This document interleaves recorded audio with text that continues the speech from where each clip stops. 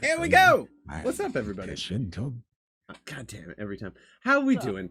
Good evening, everyone. I want to thank everyone popping in so early. Ace is in here first, and then we had Polar Bear coming in, and everybody hanging out. Grim and Kieran with the raids, bright and early. I appreciate y'all extending your stream to swing in here and raid us. I know it is late over there. I appreciate you guys. Thank you so much. What's up, Amanda? Welcome in as well. So we're gonna get into some D&D tonight. We got new stuff. I had to redo some shit because Roll20 changed their interface and it kind of fucked my day up. So I had a little panic moment while I was fixing some overlays, but I think we're good now. So, Hellscorp, you got anything you want to tell the people about? I see you've got some cool stuff on you there. Hellscorp does swear that site. It's gaslighting merch. It's so everybody knows that you are correct, and they're just fucking crazy. Really good. I'm working on those show it off when I get there. If y'all haven't already, go show some love to Hellscorp over there. Mantuka has an advantage from Insomnia Night. Already, right off the bat. Gets that shit right off the bat. We love it. I appreciate you. We were talking about earlier before stream, the nightmares. Yep. Yeah, there you go. Sweet. So, in terms of what I got going on, nothing really new. Playing Skyrim on Tuesdays. I've switched Thursday up to do some Star Wars Old Republic because I'm kind of just hooked on it right now. And when the fixation kicks in, you got to roll with it. So here we are. Other than that, Saturday is I'm hoping to get painting back up and running by this Saturday. If not, it'll be next Saturday. Oh, damn. Some idiot raided me. Did we get a cash raid? 36 fucking people. Damn, dude. All right. Fucking let's go. I haven't had a cash raid in a hot minute. I appreciate you, buddy. You beautiful, beautiful soul, you. How was the rest of your games? I hope you had a good one. Welcome in, everybody. We are, I'm Rusty Tonics. We are the Cross Country Compatriots. You got raided into D&D night. This is exciting. Some idiot raided you. Best raid alert on Twitch, 100%. Hilarious. Yeah, it's amazing. I appreciate you, Tark. I hope the rest of the games went good. We got your shout out. It was in there somewhere. He ended up playing some Hades. How did they go? I did. I called him Tark the other day. Yeah, you just called him Tark. I did it right again. Now. God damn it, dude. That's the second time. That is the second time. I appreciate you, Cash. You beautiful soul, you. I'm sorry. My brain doesn't function. I don't know why. It's like my two favorite people. We just get mixed up sometimes. It happens. It happens. A year, baby. We have 12. I'm sorry. You gaslight me on a constant. I did just call him Tark. I know I did. I know. Look at this. I'm sorry. Gaslighting. Look at this, Rusty. Fuck you. It's just fucking crazy. It's twice now, Cash. It's gonna keep happening. You have to change your name, dude. You're just gonna be Tark now. I'm sorry. I apologize. I got a lot on my brain tonight. That's my bad. I don't know why that keeps happening. Either way, I appreciate you so much. Thank you from the very bottom of our hearts for bringing your 36-person fucking community in here. Usually we do D&D stuff and other RPG shit. Tonight just so happens to be D&D night. She's right. I'm sorry, guys. Can't get my shit together, okay? Brain hasn't been working right lately. I'm sorry. Beautiful. There is a beautiful Hells. Yeah, he's been with us for a bit. Comes and goes as he pleases sometimes, though. He's a little bit of a wild card, this one. There's that face is... Look at that smile. Look at that smile. Look at them pearly whites. Look at him. I appreciate you guys. Thank you, everyone who came in with the raids. 3 raids in, like, the first 20 minutes of the stream is nuts. That's never fucking happened before. I appreciate. He's also in the shitter. Literally is in the shitter. He is literally. We live for the Hells backgrounds here. Sometimes I gotta put my foot down. That one got a pass. That one gets a pass. Though I would encourage the person using said toilet to maybe get checked out just a little bit. Yeah, it's looking pretty green, to be honest with you. That looks like Shrek's piss. Mine looks a little worse most days. Oh my god. You don't know. You can be working outside. Yourself, dude. Damn, dude. All right. So, that's it for updates. Nothing really new going on either of our ends. Just some, just the usual business. In terms of D&D, I think it's about time we get into the game here. So, a quick there you go. Just keep that up the entire stream. Yes. I don't know if that is okay in Twitch's new guidelines. Is that less than 3% of the total? They cut those back. Oh, I know. Okay, it was just good. Funny. It was just funny. We love that. That's just gonna be there forever now. Even P isn't green. It could be green. Like it could happen. Either way, I appreciate you guys.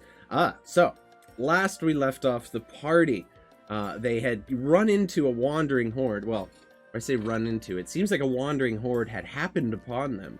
A wandering, shambling, small army almost of zombies making their way through the Ember Step. That is actually distracting me now. I keep wanting to go to hellscorp.square.site, dude. Yeah, well, it's because there's just beautiful. You have no idea how fucking soft this is, bros. It looks And like a don't tell nice everybody. sweater. I'm gonna be honest. I like It that is the so nice. strings on it I are like a love nice the white white. color too. Yeah, Yeah. yeah, that's nice. I We downloaded had that app zombies. just for you, Hell yeah. Hellscorp. I didn't have that before. No, I appreciate it. So, the party woke up to a fairly rude awakening as a horde of zombies crashed upon their encampment and took out the individuals who had been camping on the ground level. Wasting no time, the owner of this particular property fled off into the night, leaving your defenses open for the horde to make its way inside. However, you and a small contingent of mercenaries from the Black Fang Triumvirate stood your ground and emerged victorious, suffering only a couple minor losses on the end of the mercenaries and the couple archers who were torn apart, dismembered, and otherwise consumed. After which I hit for over 100 in one hit. in one turn. Yes, you did. After That was which, nuts. you guys continued your journey to Lysia, following the Incendus mountain range on a kind of southwestern pattern, using the cliffs and a little bit of the sand dunage as some cover to protect you from the sun and perhaps some prying eyes. However, you found a place to camp, somewhere relatively safe, thanks to some rather skillful tracking. I believe it was by Mantuka that time around. I could be wrong. It might have been Gregory. But collectively, the party managed to find a safe. Okay, I'm sorry. It was Mantuka. It was always Mantuka. It's always going to be Mantuka. I apologize. Where's Mogus? Glory to Mogus. Glory to Mogus. You guys found a safe place to camp out, and took a moment to climb up the cliffs and get a view of the otherwise empty countryside. You found yourself on top of a cliff overlooking the Ember Step, the large oasis, small in comparison to the desert that surrounds it, but a large city nonetheless, standing clear just across the sand dunes, this massive outcropping of green in the middle of another otherwise brown dungeon or ocean of sand. The parties decided to split at this point. I believe we're picking up right as the parties were about to separate for the day. You all currently are standing on this cliffside overlooking the Ember Step and Lysia down there in the distance. Probably about an hour's ride, or hour and a half by foot or so, over the sand dunes to get there. What are you all doing? Are you sure we had? Because I think we just pulled the cart in. Because I still have a bunch of spell slots missing. So I Yeah, haven't like I gone said, that you got- far yet. you guys- we were up. I literally just said you guys just got on top of the cliff and looking at it. You haven't camped yet or anything. This is exactly where Okay, you yeah, left yeah. off. Yeah, right. We put the cart in, and then we got a view. Yep. Righty. So, you guys find yourself on the edge of the Ember Step overlooking the massive sprawling desert that leads out to the coast. What are you all doing? Stanislav is kind of just standing there, looking not like upset or anything, but just kind of stokily out towards Lysia, remembering the last time he was you were there. here. Yeah, last time you were here, you had what you would consider a victory followed by a loss, but a victory nonetheless. Your It first was a roller time, coaster. first time ever standing upon the sands of the arena, you were crowned champion of the Bloodspring Arena itself, and then were promptly, almost arrested. You did lose a party member at that point. What's the plan for the night, guys? It's about at this point, probably around dinner time. Sun has started to kind of descend over the western horizon, but hasn't started to set fully yet. Can I walk up to Stan? Sure. Just So I've been Hey, kind buddy. of meaning to. Hi. How'd you get up here so fast? That's Quick for you and guys. nimble. He's a Oh. he's a Gregory druid. nimble, Gregory quick. Yeah. you just see behind you, Stan, a swirling of eyeballs, just tiny little blue and green eyeballs, just kind of in a clump, and they all blink at once, and then they just turn into me. Stanislav was trying to make eye contact with all of them awkwardly. Yeah, they're all but they're all kind of off center, like they're all lazy eyes. Yeah, Yeah, so it's he's great. just kind of like, They're all kind of And it looking at pops you, into but you? not. Just yeah, like Hi. Two of you now. Just making sure everyone's okay. I think we could probably stay here. Stan, Yeah, are no, you this is a great okay? spot. Yeah, I mean, the last time I was here, it was not so great. It was Mhm. great, and then it was not so great. Right. That being said, though, DM, what did I win from the arena that that guy took from me? Is it a belt or a trophy? I remember there was a thing. Honestly, that was in your inventory, and that was Yeah, it was so literally long 2 years ago, so that's on you to remember. Let's just go out there and say that it was a belt. Sure.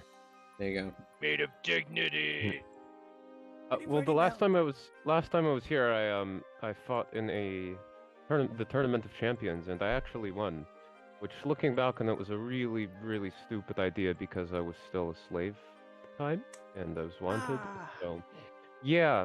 But that being said, I did win, and there was a belt that I got that I would particularly like. So, I don't know who has it. I would imagine it's probably in the hands of the authorities, but if that family somehow got a hold of it, keep an eye out.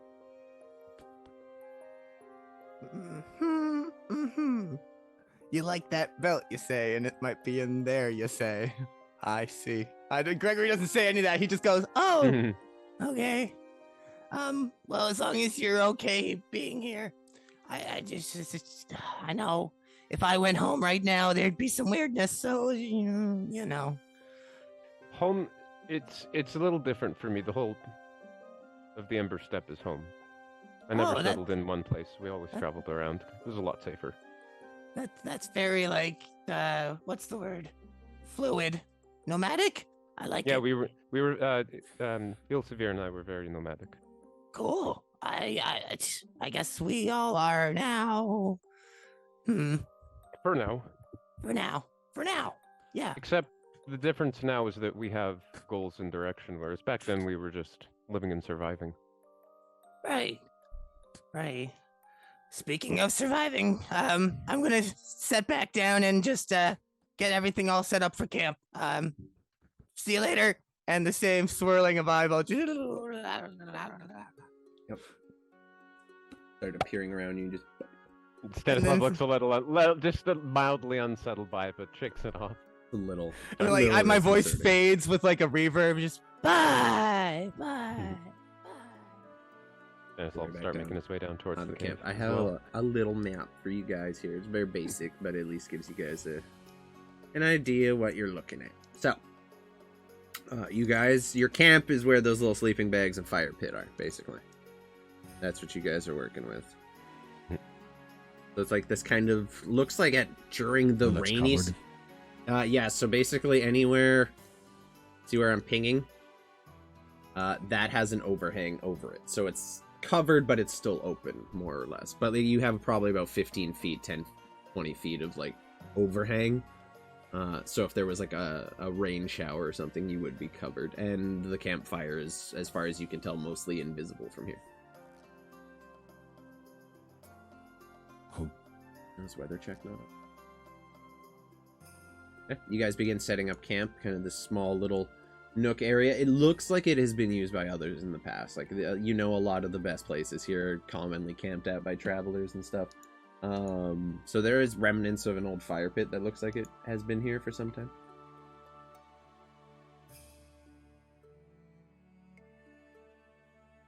What's the plan, guys? What are you doing? Oh, I'll go back down to the camp. Yeah, I'm heading We've back been down as well. traveling a fair bit.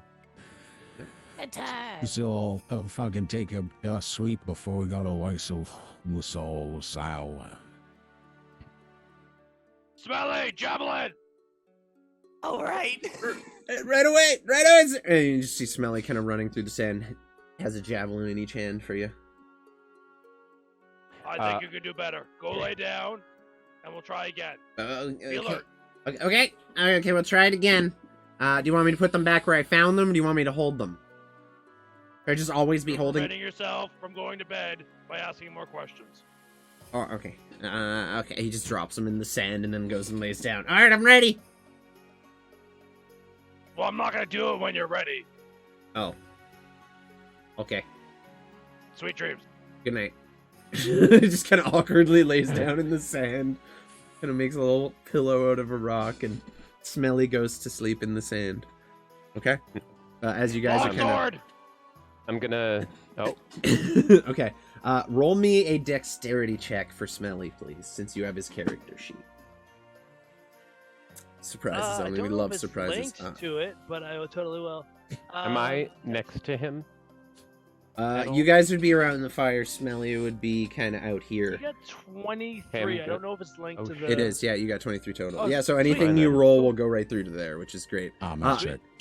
Im- Good- Immediately, good just thing like it was lo- rolls over 2 rolls, like 1, 2, grabs the longsword that's rested on the ground, runs it over to you and hands it, and it takes him probably about 2-3 seconds to get that whole maneuver done. And he's standing holding a longsword in front of you. While this is all happening, you guys hear the wind kind of just gradually begin to kick up. You hear the sound of sand and kind of pebbles blowing on the cliffs and tumbling down the cliffside as the winds grow a little fiercer. Doesn't grow into anything more than that, but it seems like a light wind has kind of kicked up this evening, which, given the heat of the day's travel, is not all that bad. It's nice cooling.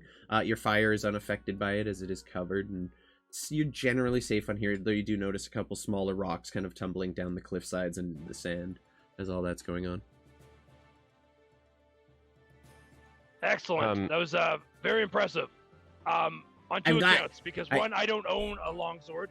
Oh, Two, you were really quick that time. You said longsword, I grabbed the closest one, and Stanny's was just right there. And I have a Amazing. battle axe. You ever, Anyway, you ever back to done improv before? Have you done improv before? Sword. There you go. It's There was a battle longsword. flax. I'm sorry. There was a longsword in camps. I don't know who it belonged to. There was just a longsword in camp, so I rolled past and I grabbed it. Maker. There we go. Well played. Mr. Baker walks up, slaps him on the back of the head and grabs his sword and walks back over to his bed. Okay, I'm sorry I didn't ask first. That would have added more time. I fear him more than I fear you. Fair. That was pretty fast, I will say. Mhm. I'm glad to see you didn't die tonight. So, I'm gonna do you a favor. Okay, You can choose three names. okay. I get Tell to. them to me. Okay, Yeah, but then if I hate them all, I'm just gonna call you what I want. Uh-huh. okay. Can I So, think? Can I? so Can I? sleep Give me? on it. Okay, I'll sleep on it. I'll come back to you when I have my ideas. I have a few. I think are gonna be good. I'll come back to you. All He right, go- well, you goes talk and a lot. Okay. Snuggling back down in the sand and gets his little rock pillow back set up. Seems comfortable. Like this, is arguably not. Remember, the they most call you smelly because you need to wash the bits before bed. Wash your bits. Is there Keep any? washing. Is there any water? Spit on your hand. Figure it out, smelly. It just starts. I don't. I feel like I his take out fluid's my out of the problem. I take out my completely full water skin, and here you go. Use that. Oh, Oh, thanks. He takes a drink. Starts spitting back in his hands again. Make Again, sure you Well, I make took sure care you of at the least use some of it to wash yourself. He told me to spit. Okay. There you go. Rubs it Better. in the hair. You guys see like trails coming down from the water, like carving through the dirt that is caked onto his skin. Uh-huh. It's not. My not great. culture uses their tongue. Mandatory Like fucking cats. tag. I don't think I want to. Well, I don't think I want to do that. Not everybody has rich, luscious fur like you, Mantuka. It's true. Luscious and full-bodied. My tongue is gangly and purple. Oh. Like a giraffe. Interesting. Yeah, look at that thing. I've never really gotten close enough to look. Oh, wow. Okay. That was a creature I created when I was young. Ah. Smelly goes to I'm sleep. that nightmare. So I'm gonna take. So Stanislav's gonna do just a few things before bed. So he goes over to I saw few, and Yes, you're Wait, good. yeah. That was a horse right now. Oh, you made him a warhorse because he's pulling the carriage. Oh, yeah, he Right. had to become yeah, a cash okay, again. yeah. So it is a cash still. Okay, Mhm. perfect. But he's normal horse, Akesh. Like He's still normal. beautiful. Like Yep, beautiful, like notch. golden haired horse, but like not shiny gold, like celestial. Brunette Akesh. Brunette. So, Brukesh. you guys will be taking Akesh, I guess, in the morning. Yeah. So Yes, where please. does your ability to either dispel or recall him, and like how far out about can you do that? Well, as far as I know, I can do it from anywhere. I've reached the point where I can't talk to him with my mind anymore, but Well, can he understand us? Like, so I Yeah. don't think it would be particularly flashy if we were to walk in with a horse. So I would like to get us as close as possible using a cache and then send him back. Yeah. all right. I mean, he understands common. Okay. That works. And if Can do. he, Perfect. what's his intelligence? We'll see when it comes time.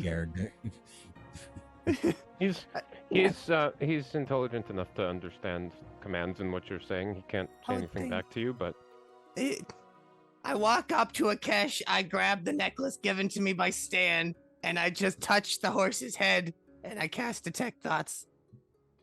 Can I hear his thoughts? Yeah. So without a roll, that's surface level. can I mentally command him not to resist this spell? He can't. The Oh. detect He thoughts. likes He me. can. He only gets a He roll likes against me. it if you probe deeper. There's no Oh, yeah. resistance. You get surface thoughts base, and then if they want to like actually look into the thoughts more, they can. Mm. You can command them to do so, but just surface thoughts. I'll finish up that first. You get general contentedness at being around Stanislav and getting to hang out. He's happy to be a part of the team. He feels included. He really liked being a goat. He was quite fond of being a goat. There was like you just keep getting flashes of like him having horns and being able to ram people in the chest and tear through a horde of zombies and stuff, just on his And own free eating will. 10 cans. Yeah. There's occasionally he's like, you get like, not words or anything formulating, but he really does seem to enjoy all the treats he's being given, even though like he doesn't need to eat, and you know that for a fact. He does very much enjoy apples. He's just basically thinking about food and how happy he is to just be part of the family. Very content. That's cool. Yeah, you get a general sense of contentedness. I quickly just I'm going like, yeah, cool. Oh, they're all the same person thing. Okay. Oh. And then I just look him right dead in the eyes and I just say, come along, Akesh. Do I hear him say like the surface thoughts like follow or something? I understand. What'd you say to him? Come on along. You see him look over to Stanny, and there's like a surface thought of like, is this okay? Stanny, you hear in your head is like, so am I doing what these guys asked me to, or? Yep. Tomorrow you'll take them to the city. This is mentally. You'll Yep. take them to the city, and then when it's close enough, you'll turn around and come back. Okay. He I'm not kind of even like gonna turns, lie. looks back at Gregory, and then turns back to you. Will there be apples? Well, there will be apples. Okay. And he just goes back to his horse life. Out loud, Stan says to Gregory, try and pick up some apples while you're in town. They have some really good ones there. Can't really get anywhere else. Can do. 100%. All right. Well, come on, buddy. I just like rub his head. Just let's gotta get used to following us and just kind of take him like in circles, just for. Yeah, Just gonna do he follows you. I'm gonna Good mentally buddy. tell Akesh, just humor him. He just follows you in like a circle, like a carnival, or like you'd see at a fair, just attached to a pole, walking in a circle. Not a word Stanislav's lie. watching with great amusement. I just used a charge in that necklace because I wanted to hear the voice. Fair I enough. love that voice so Fair enough. much. It makes me so happy. Very friendly, okay. Very chill. Bullwinkle. I just want Oh. Bullwinkle as a horse. Oh, jeez. That was so Oh, fucking jeez. wholesome. I'm gonna have to practice Bullwinkle. I'm so happy. So, anything else? Oh, What the fuck was that? don't worry about it. Someone take away Hell's Corpse's fucking The bed sound soundboard, at the dude. That was Sorry. super sussy. Kermit the Frog Horse would sound like this. And Marvin the Martian Horse would sound like this. I'm just going to different... Shattering kaboom. Where is my earth-shattering kaboom?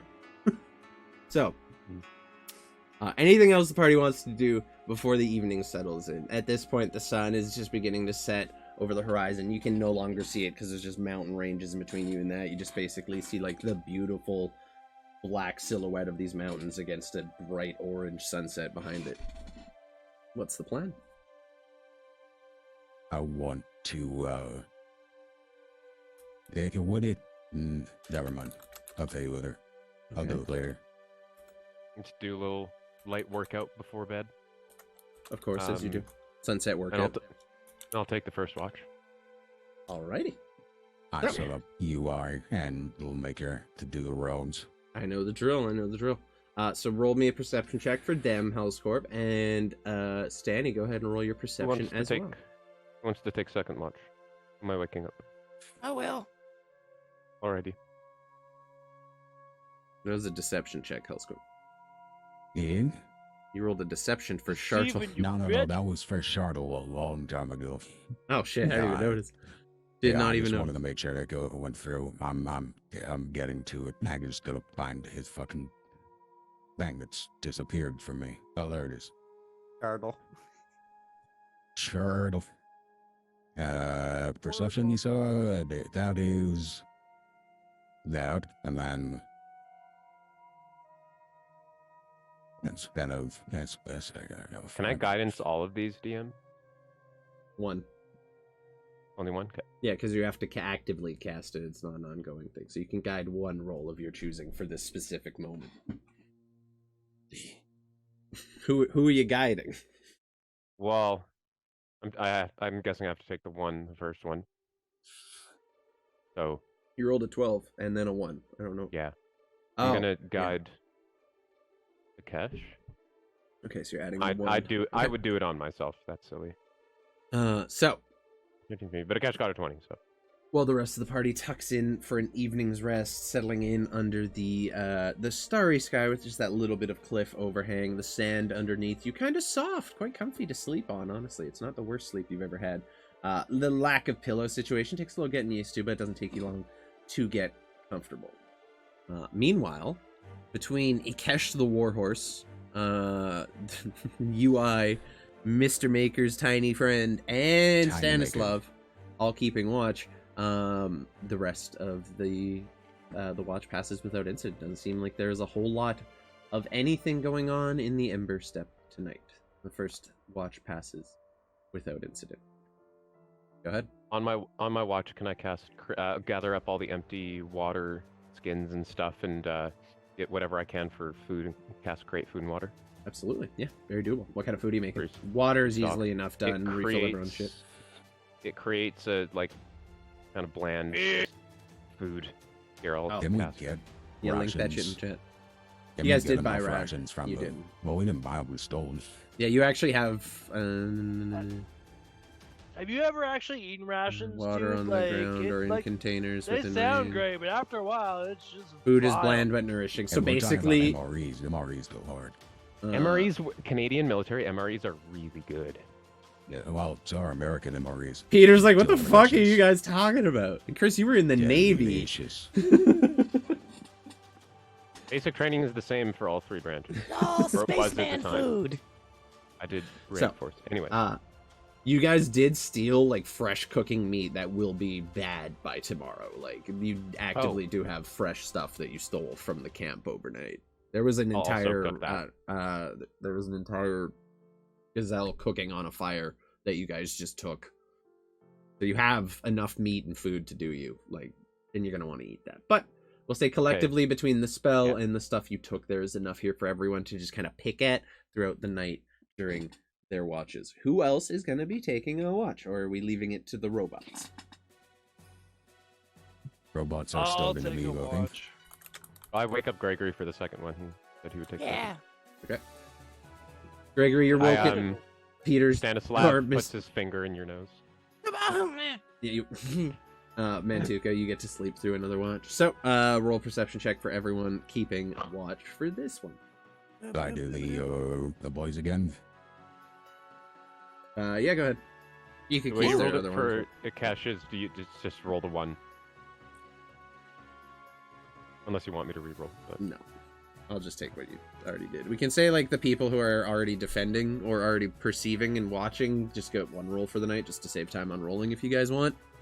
I wouldn't mind that terribly. But between Gregory and everyone watching right now, it's about probably past midnight, about an hour past midnight or so. Maybe a little more, maybe a little less. And you're all just kind of sitting, keeping your watch. Gregory, every now and again, Tiny Maker will like fly by and check in on you. UI will come over. Watch So out. don't forget about the non-detective things. The Diamond Dust spell. That was cast on. It only lasts for I cast it on the cart, but it only lasts for 8 hours. It's So it was cast- just our day of travel, and now we're in the cave. So. We have extra ones. I guess You do. nobody cares then. No one cast it. But and it was also on the card anyway, so as soon as you guys left the cart, that spell was null and void. However, around the 1 o'clock night, you hear something carrying from above you on the cliff. Sounds like, as you know, based on the map, the road from Lysia into the Emberstep basically curves around where you guys are camped in the lower section now. Right. Kind of in this massive cliff. And you hear the sound above you of what sounds like troops marching. Not a big enough number that they're like shaking the ground and there's rocks beginning to tumble, but you definitely hear a large-ish contingent of soldiers moving on the road above you. Probably like a good 100 feet up at this point. But like the sound of armor clanking in the dead quiet night of the desert, like just over the sound of crickets, is very much audible, and it is very present. Isn't really anybody else up? I you're- immediately. Yeah, go ahead. Oh, thank you. I'm just like, I immediately stand up, just pick up the box silently, and like pick it up and pour it like I'm pouring it over the fire, and a bunch of little diamonds and rocks. They're fake. They're coming out of those. They go into the fire. It's and your I'm gonna cast bedazzling set.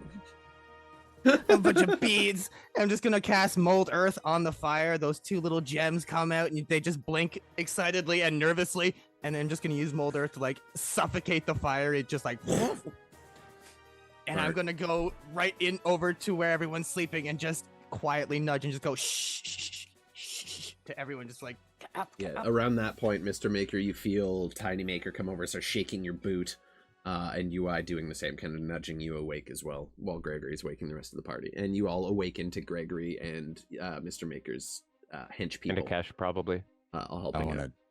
to What do I you wanna Yeah, send Cash is up- good. I'll send up Tiny Maker up there to give like a count. He flies up. How fast can he move? He can move. Let's find out together using our magic inventory button. I have to scroll all the way through 3 of them to get to them. 20, 20, oh no, we can fly 30 feet. So it's going to take a few turns. It's going to take like probably about 2-3, maybe 5 minutes to get all the way up and then back down with the information you need. But you just see him kind of buzz up into the night sky, into the darkness there, while Gregory wakes up the rest of the party. So he goes up to check out what's going on. What the rest of y'all doing? First thing I'm doing is I'm gonna you just open up the box and you just see a little Sprite logo looking thing come out of it with a big paintbrush, and it paints all over me and I turn invisible. Okay. Gregory vanishes. Okay, from sight. fuckers. Hello. Someone make lights, or I've got to hold a torch, and I got to use less wacky Yeah, it is weapons. pitch black down here. Anyone who does not have dark vision cannot see a goddamn thing. And if you do have dark vision, it is 30 feet of just shades of gray. We'll do I'm lights gonna if we cast. need to. I'm gonna cast bless on the 3 of them. Oh, Let's just Bless be my death, quiet. and I can't fucking Keep the- see. Let's just be quiet. Keep the lights out for now. if we really need to, we'll still take them by surprise and be able to turn on the light before we do. Have you ever heard bull in a dark china shop? No, can't say I have. China. Guessing that it's going to take about the same time for Tiny Maker to come back, I'm going to attempt to take the 5 minutes to put my armor on. That's how long it takes for my armor. I would like to do the same. Okay.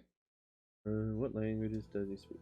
I want to wait till Watkins at So, disadvantage. you guys get all ready. You start preparing. Stanny, you start throwing on your armor, getting ready. Take the 5 minutes to do that. It's less if you have help, so one of the party members can assist you with that. It's reduced by half time if you have someone assisting you taking on. You start slowly, quietly putting on Stanny's chainmail. Come out of invisibility. Gotcha. I mean, you can be invisible for that. Oh, thank God. So, you see thing moving. So after a minute, Tiny Maker zips back down. And as you know, he cannot speak. He understands what you speak and will follow your instructions, but does not have the ability to speak. So he's just kind of waving his arms frantically at you for the moment. I assume we'd have like a little fire starters, like something enough for just a little bit of light for a small, very small area.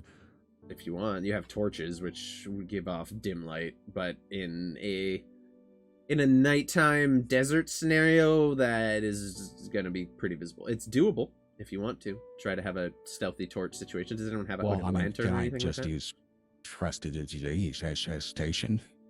Yeah, technically you can use prestidigitation to do.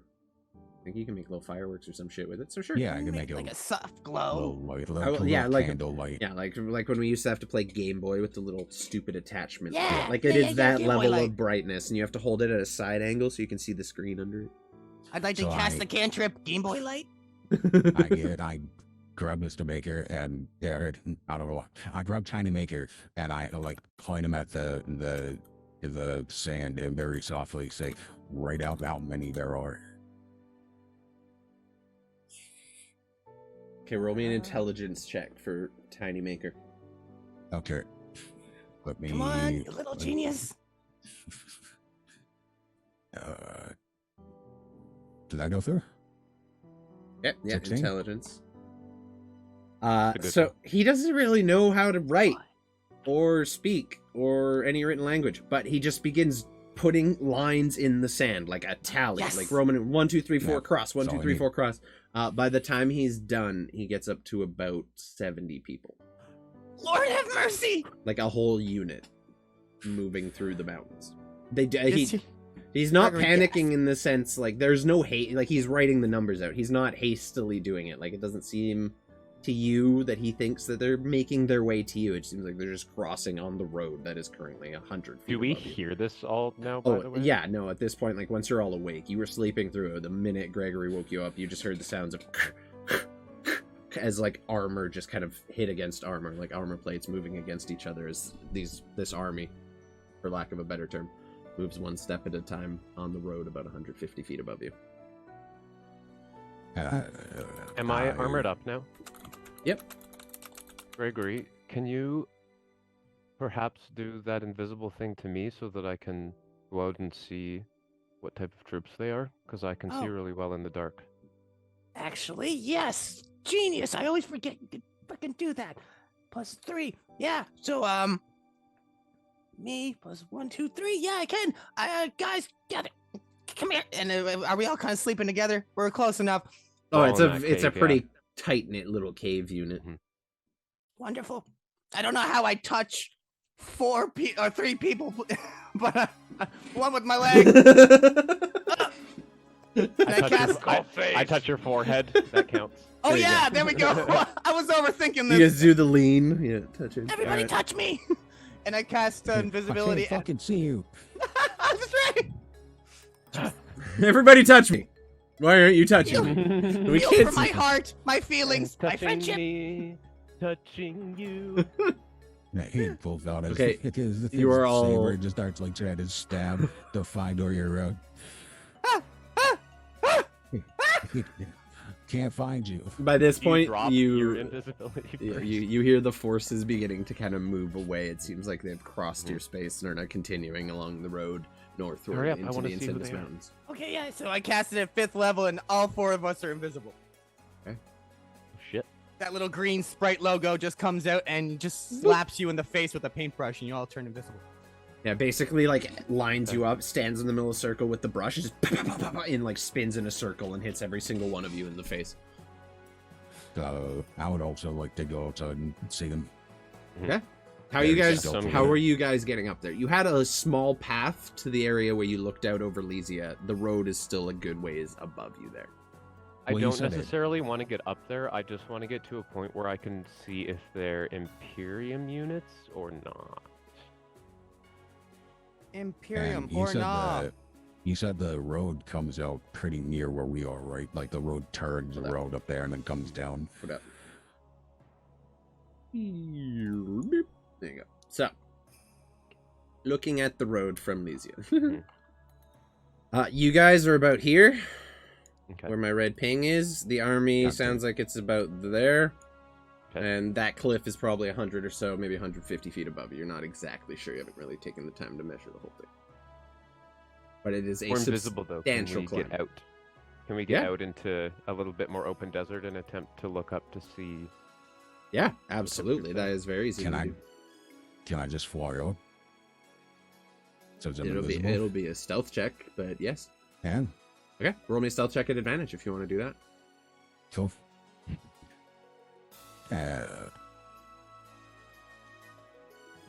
22. Okay. You're far enough out. You feel like you're a good distance. You're invisible. You fly up into the night sky, leaving the rest of the party kind of turning into small little flecks in the sand beneath you. that I can't And see. you kind of fly out. You don't need to.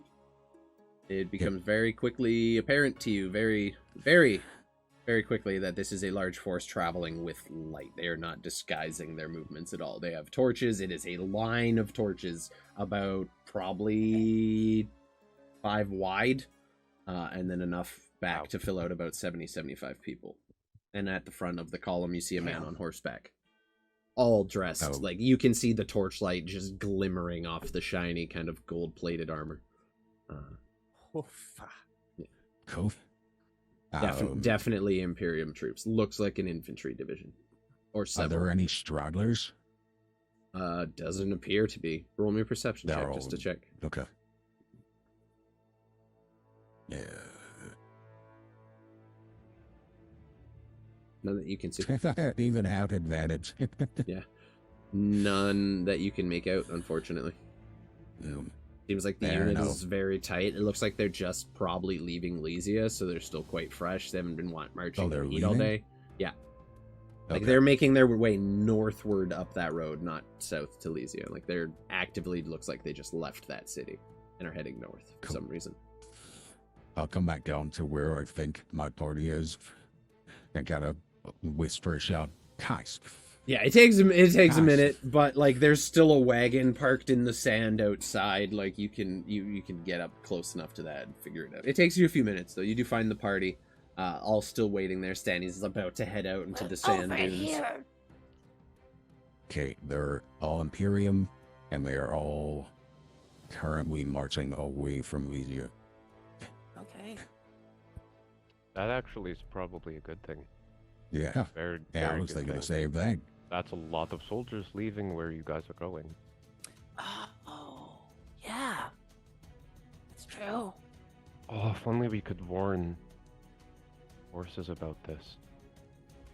If only I could see.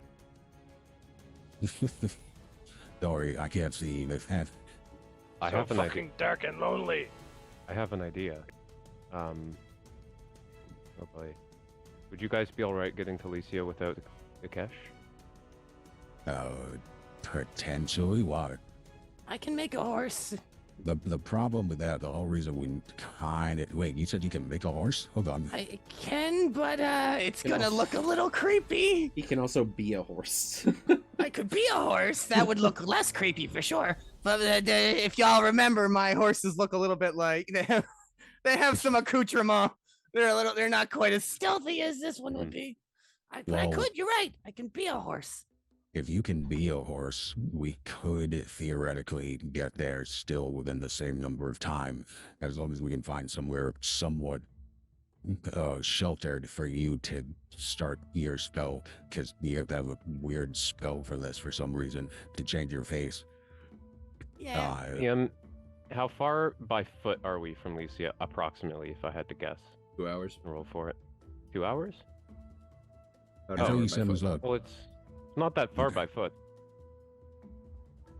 Okay. A couple of hours. Well, the problem is... It depends. If you guys make your way to the road and take that, probably an hour 15, but crossing over the sand dunes, literally rising and falling constantly and having to work your way through that is a little longer. The reason it's faster for Mr. Maker and Gregory is because they're taking a cart. They have no choice but to take the road. And they have a horse pulling said cart, which is on wheels. Right, then Like, the we're cart was taking a part of- cart. You guys said you were riding the cart towards Lysia and then dropping it and sending the horse back. No, we the were going to cart was send just the staying in horse, yeah. Yeah, just the horse. Either way. Yeah. No, the cart was staying in the... Traveling on horseback, probably an hour, tops. Okay. Cool. Because Then, I yeah, can that's all right. I can resummon the Kesh as a bloodhound and send him back to... It tried to send him back to where we were. Warn them about this army. Well, here's the problem.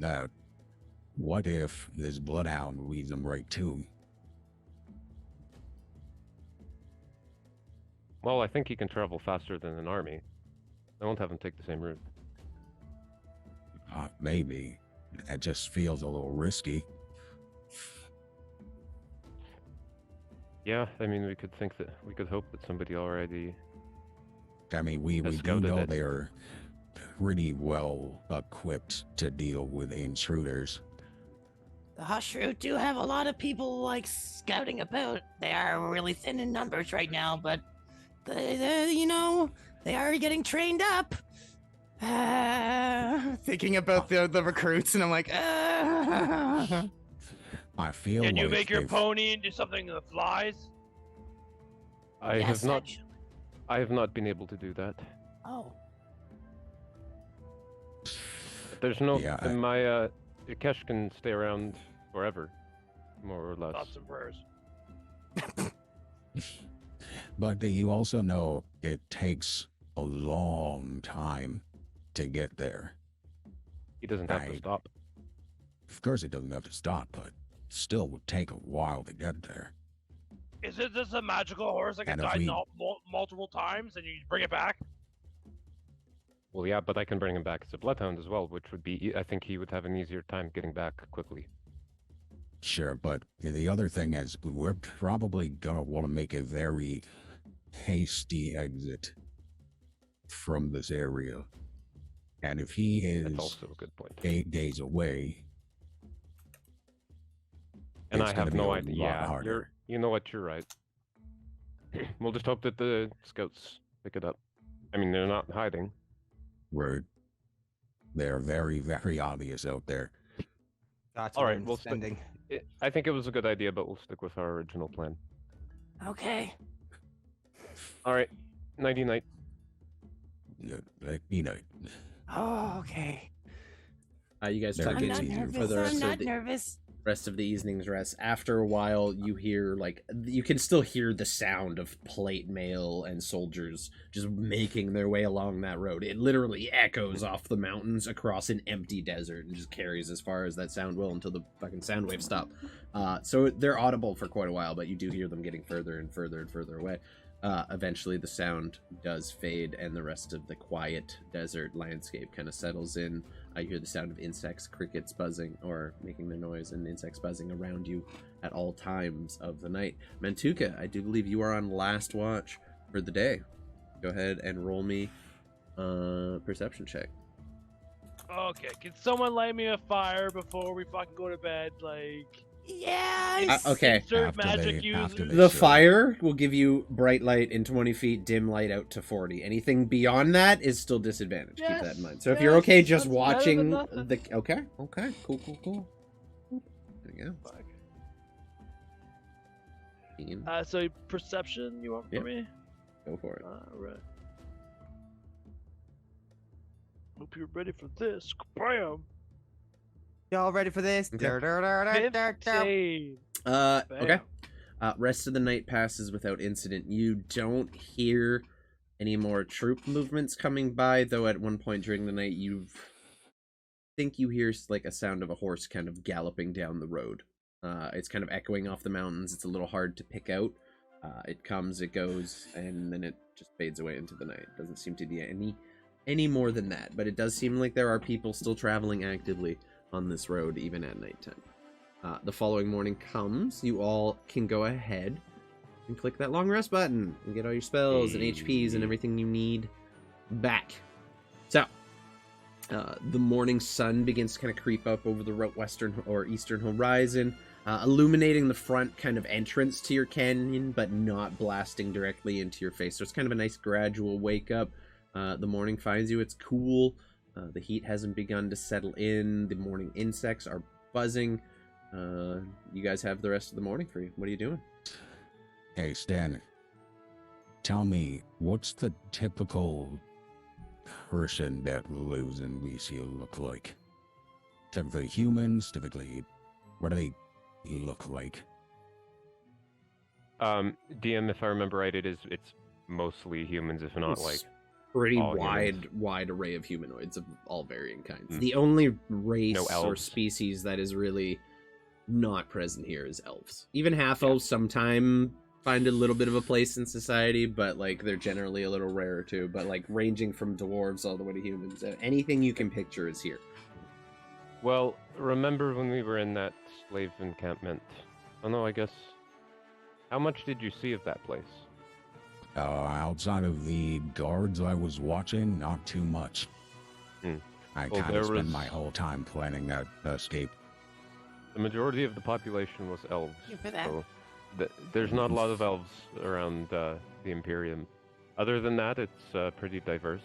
So, I mean, you're probably best off as a human. They seem to be the most highly regarded there. And like general kind of desert type person, a lot of like darker skin tones due to the just like being in the sun for generation after generation after generation. Yeah, I'll describe to him like what a like general wealthy looking middle upper class wealthy looking citizen looks like in Lysia. Pretty standard. While he's doing that, I'm going to approximate that. Okay. What do you As make? he's saying it.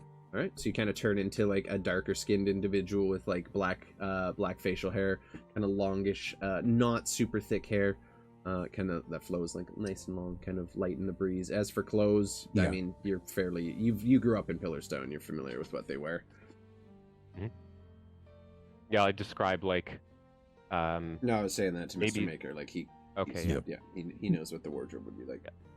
Yeah, I will also shift me that as well. So, I assume you have an Imperium or Imperium clothes or Yeah. something in your shift weave for I sure. do.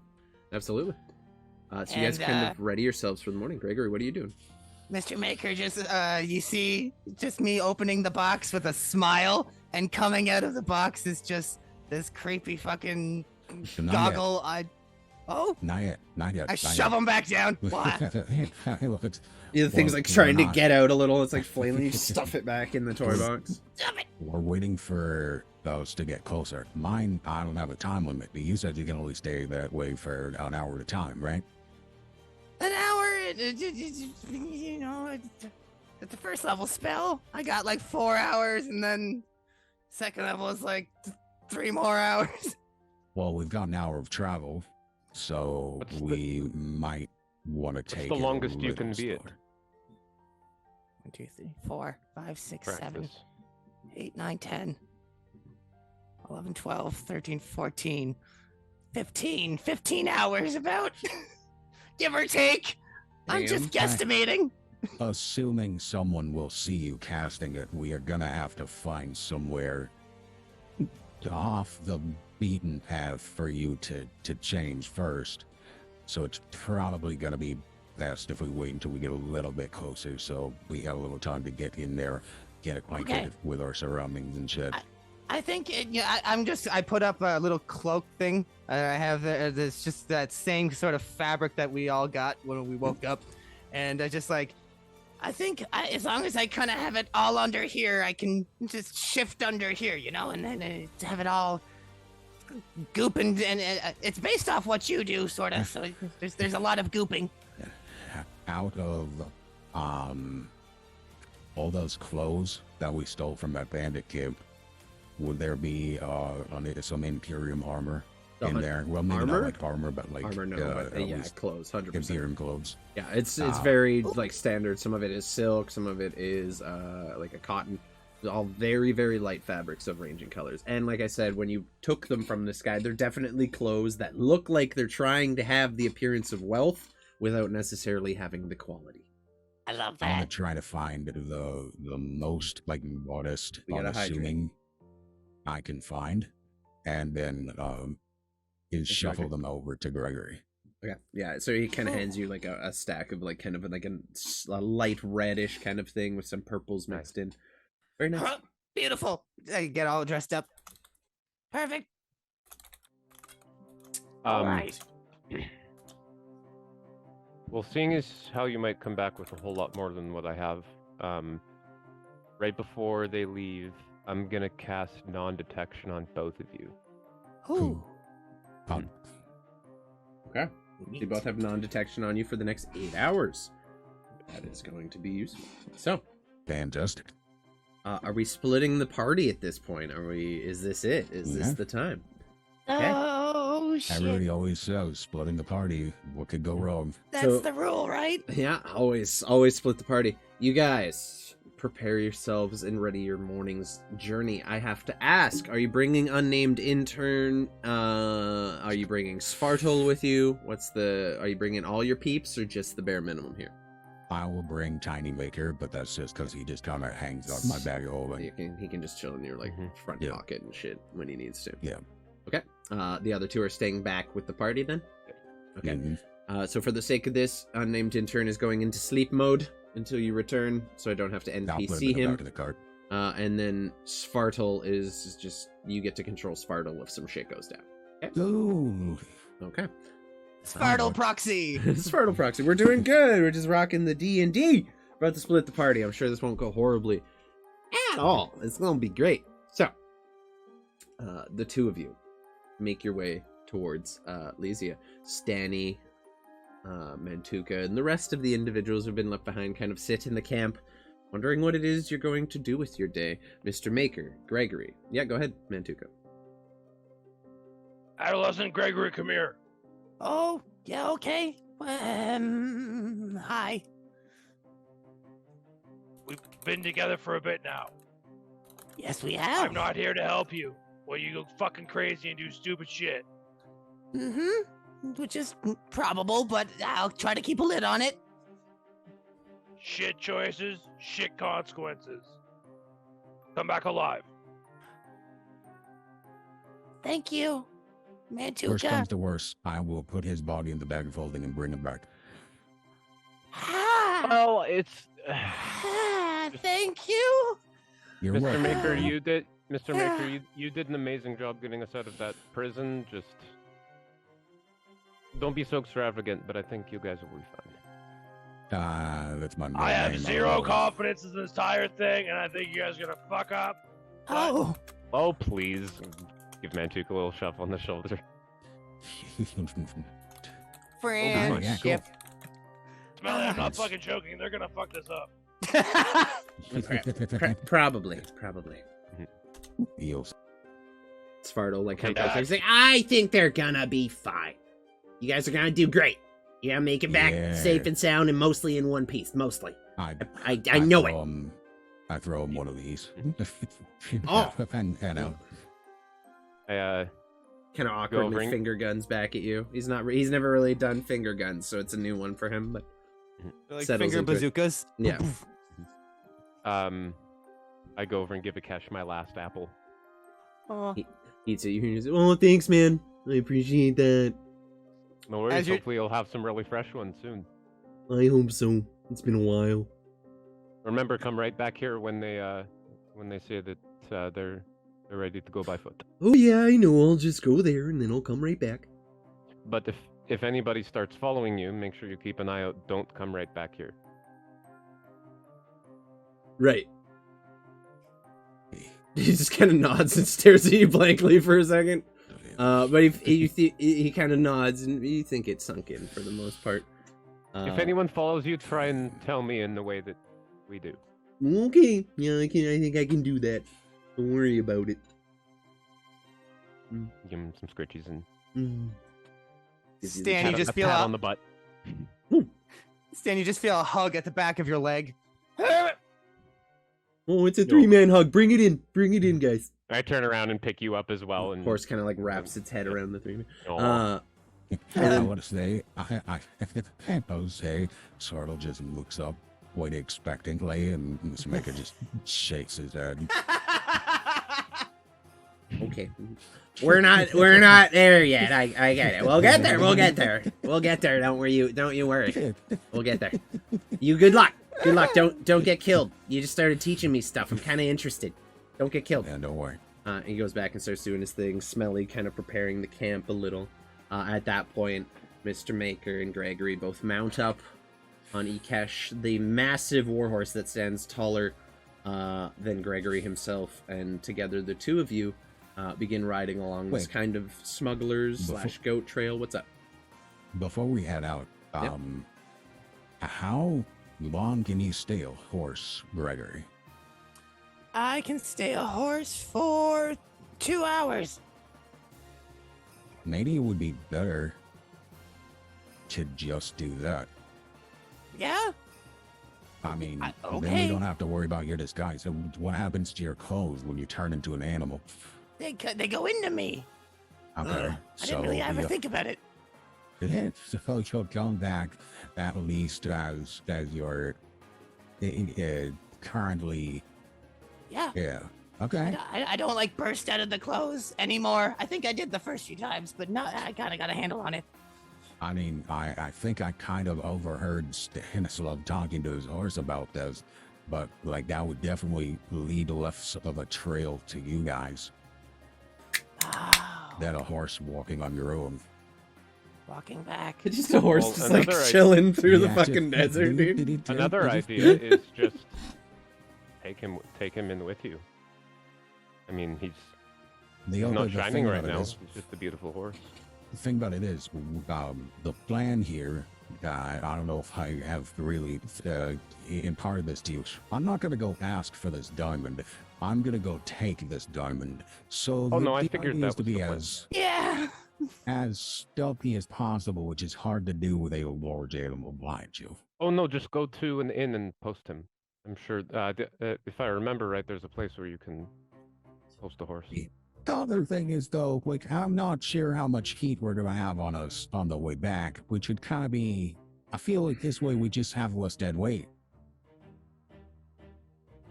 But you can just make him go poof, right?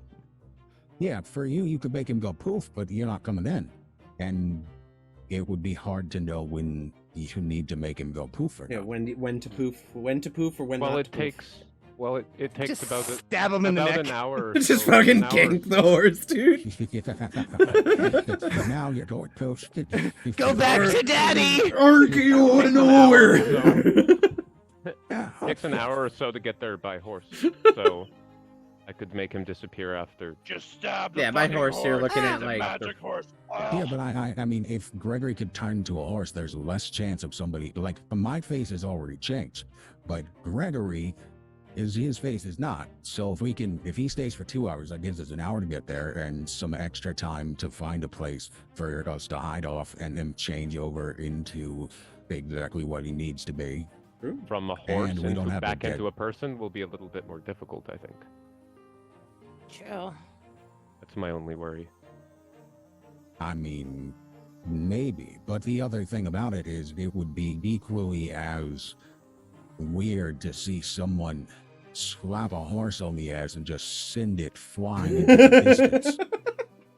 I still like the idea of fucking Ikesh just like happy in his way through the fucking desert. Trotting back. You know, it wouldn't be the first time that a horse has been abandoned in the desert. I think we stick with that, sending him back.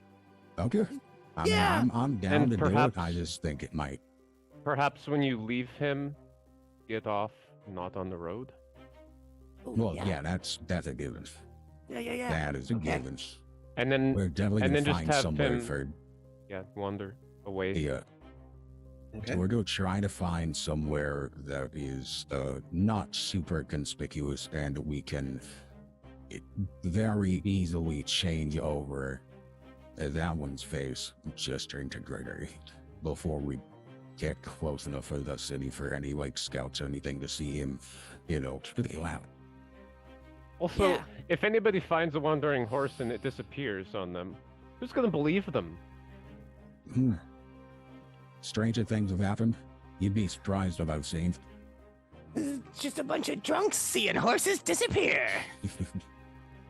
That Chalk it old up to adage. something like that. Either way, I've seen if things like that. everybody thinks it's a better idea, I'm down to go with it. It was just a thought. I like it. It's good then to you'd be have to thinking turn- this out. It's not a bad idea, but then you'd have to turn into a horse afterwards to leave again, and everyone would be like, "Where'd the horse go?" And that does save up a little bit of me time as another That too. animal. I could turn into a mouse. Or a mouse. If Mr. Maker looks at him, I'm clearly having trouble thinking of another animal. So- and Alrighty, what well- exactly would a mouse do? A mouse goes like this. No, okay, yeah, no, I get. You hear Svartle behind you. He's like, he's right. That is what a mouse does. That's pretty accurate. That's actually really good. Having lived much of my life with mice and rats, you really nailed it. You really got the mannerisms right. No, I meant. I'm just saying, you guys are wasting daylight. Oh, shit. You guys got this. Good luck. Okay. As the lot of you mount up on Ikesh, the massive, towering warhorse, and begin wandering your way towards Lysia. We're going to go to break just as you guys come around a bend in the road and see the massive, towering sandstone walls of Lysia built right into the heart of this oasis. Palm trees surrounding it on all sides but the front gate. The thing that really stands out to you, though, is from the front gate, sprawling for at least several kilometers on either side, is just row upon row of tent, shack, shanty, basically things anyone has been able to throw together, some better than others. It definitely looks like this is the only fresh water source in an entire desert, and people have just settled here over years, and it has grown far beyond what the walls are even able to contain at this point. You guys You start realizing how much money you could make off of my create water spell. yeah, very, very clearly. In fact, we'll probably be touching on that at some point. So, at that point, everybody, we're going to take a break. We'll be back in about 10 minutes to continue up with this adventure, as we have now split the party. I'm sure this is going to go well for everybody involved. We'll be back in 10. Don't go anywhere. We'll see you soon. Here we go. What's up, everybody? We're back. What's up, Creep Show? Welcome in. How you doing today? Hoping to have a good one. We had a good break. We are just getting last little bit set up here. There's a shout out for you. Everyone go show some love over there. Y'all know Creep Show by now. So, we are now... Do you guys all see the city? Okay, we're good. We're on the city. So, Mr. Maker and Gregory. Let's get that. Let's get a nice, like... The way Roll20 is working, it's being a pain in my ass. Either way, it's fine. That works. You guys. Damn, I just zoomed out. It's a very big map. So you guys are coming in on the southwest road there. Like I said, as you guys arrive at the city of Lysia, this massive oasis city built here in the middle of the desert, you begin making your way up that southwestern road, passing now these tents and shanties and shacks. You do notice there are some buildings here that look older, that are constructed looks like from mud and other building materials that are a little more sturdy, but for the most part, people here are just residing in whatever they can set up to live in, and it looks like this is like an ongoing settlement. They have people who've been living here for generations and have continued to do so and will continue to do so for more generations to come. It is literally like a tent city outside the walls of this massive oasis. As you continue along the road, You notice the way it's spread out. Everything seems to be kind of centralized over this point to the top left of you. And you do see, like, even now coming out of this big circular building, as you're kind of looking up the road, there's already a lineup forming into the street as lunchtime is beginning to near. Based on your guys' level of intelligence, and I'm just going to give this one to you, because you're familiar with how the Imperium works here. People sell water. Every city, every settlement, Mr. Maker, you know this particularly having grown up here in Pillarstone too. Areas of fresh water are closely guarded and sold. Water is sold at a hefty premium. It is the most valuable resource in this entire desert, and you know as well as anyone that this is a water station. This is probably the only place in this entire section of the tent city where water is available, and you see hundreds of people beginning to line up even now. It's probably about 11. I'm gonna say 11:30 because you guys took a while with the horse debate and saying goodbyes and everything on the way. So it's about lunchtime. People have begun to line up there. You continue along this road and see these sandstone walls. They're kind of layered.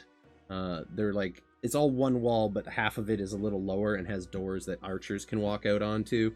And there's other archers at a level above it. So that basically gives them 2 layers of archers on the wall. You see these 2 massive steel, looks like brass gates that are just open currently with 2 soldiers standing on either side. And just behind them, what appears to be a very familiar looking minotaur, or pair of minotaurs. It's the usual guard they have here enforcing their troops. You know by now that minotaurs are highly employed in the army here. And they're just standing there behind them, arms crossed, while the guards are checking people as they go in. There's a small queue of people, mostly dressed like traders, with carts, wagons and other things waiting to go in. Some are just bearing camels that have, you can see silks, other fabrics to sell on them, and various other things. It's a small queue, probably about 20 people long at this point. What are you guys doing? You are currently just standing in this tent town. Yes, Stanislav. After about 2 hours after they left, assuming that's more than enough time, I'm gonna unsummon Akesh. Okay. So we'll get to that. Play that out how you want, yeah. Before we get to the tent town, like as soon as we could like see the place real well. Yeah, as we started to see the fucking tent town and everything, I want to go ahead and get off of Akesh and find a hidden spot somewhere. Yeah, so I assume Gregory still got his hood up, right? Yeah, as you come around that bend in the road that leads kind of around one of the bigger sand dunes, it lines up with the bottom end of the cliff where the main road connects and kind of creates a little fork there where this, like, basically wagon trade path kind of branched off. You can kind of just find a spot in the dunes where you'll be out of eyesight. It's quite easy to do in a literal dune sea. Cool. Then go ahead and like try to indicate to Gregory to go ahead and do what I do, change his face over a little. Mm-hmm. We're gonna do a big face change. We love that. And just kind of take the box open under all of my thing, like I kind of do a little like this, and I'm just. You see this kind of come up, but it's blade first, and it just goes right into Gregory's jaw. Ouch! As it's going out, just like. And then as it happens, I turn into like a shade of Mr. Maker, almost to kind of mirror, like, be like a sun. Same kind of hair color. Yeah, very kind of just naturally oily hair with no product in it. It just naturally is oily. Like, that's how he likes it. You have kind of like thin facial hair of a very dark color. Mr. Maker, if you want to describe the rest of what he's going to look like as a young you, or Gregory, what your interpretation would be as well. Up to you. Well, I'd like to... I'd like to hear Gregory on that one, I think. I was just going to say, I would like to, seeing as he's kind of going for like a younger version, I want to kind of age up my guy a little bit. Okay, so Gregory, go ahead and describe what your appearance looks like, just so I have a picture going forward. It'll just be, that you said it had darker skin, color, you're kind of, very unassuming looking. I'd like to say that my nose, much bigger. Gregory's And got a my big old hair- honker on him. All right, Yeah, fair. big Good nose, to know. tiny little eyes. He's tiny. And just as soon as it kind of happens, I just sort of take the hood up a little bit and I just whisper, "Little Tuka." Not Tuka yet. No Tuka yet. Maybe, Okay. maybe later. Maybe later. Ooh. Your name is what? Junior. Okay. I love that. That's great. Yeah, sure. I guess we'll figure out the rest as we go on. Yeah, Cool, so cool, there's cool. now a little older looking Mr. Maker ready to go in, and what definitely appears to be his young son traveling along with him with a big old nose on him. Shrunk down a little bit, but still substantially big. What are you guys doing? Like, you go through the tent town, like I said, and you're currently standing, I'd say, probably like between near where this fork in the road is leading into the gate. You said there's like a checkpoint? Yeah, no, that right at the main gate. There's just like 2 guards standing, checking people as they come in. There's a line of people coming out that are not obviously being checked, but you can see they're probably going to be, based when you come around, you'll see they're going to get checked out on the inside. Yeah, queue of about 20 people leading into the gates, and there's like massive brass gates, just shimmery. What is going on over there? What do you mean? I'm so confused. That's just his face. Oh no. That's just what he looks like. That's what we call an acoustic filter.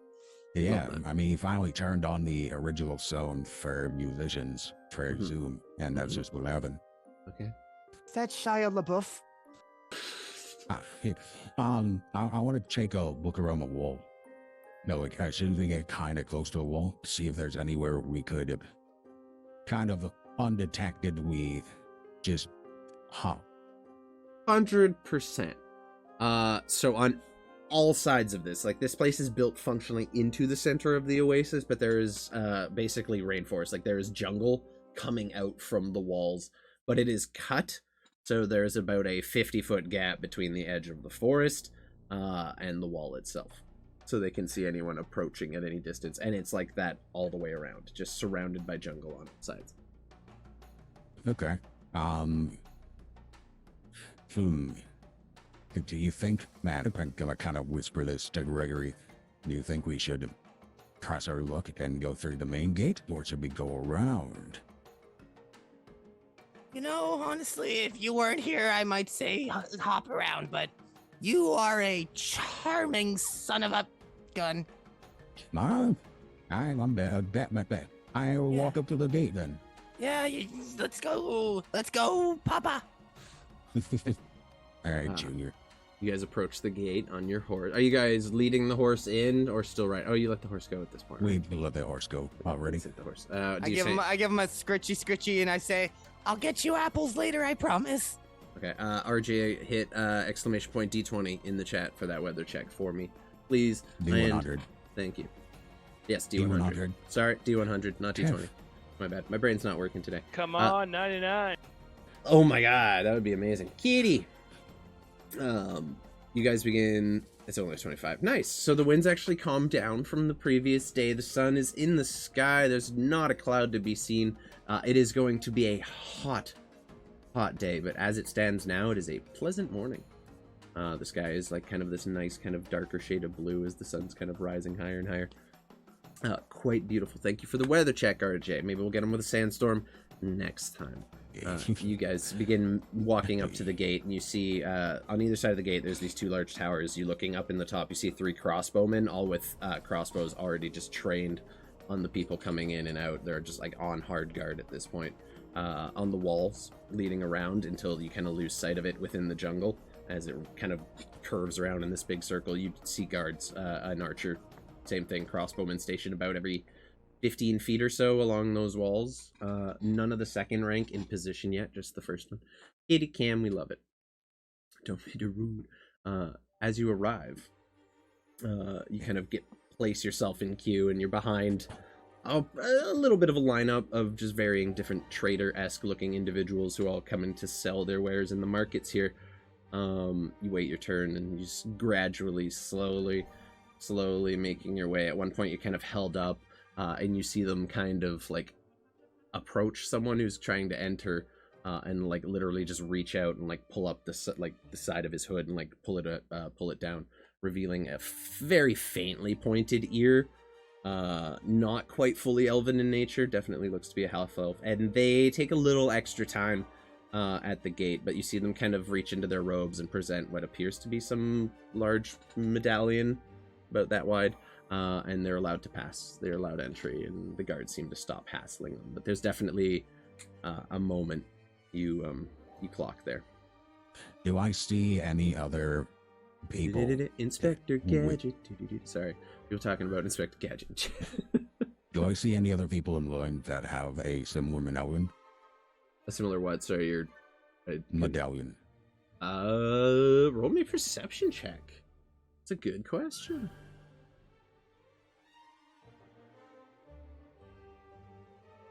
Unfortunate. 2 sevens.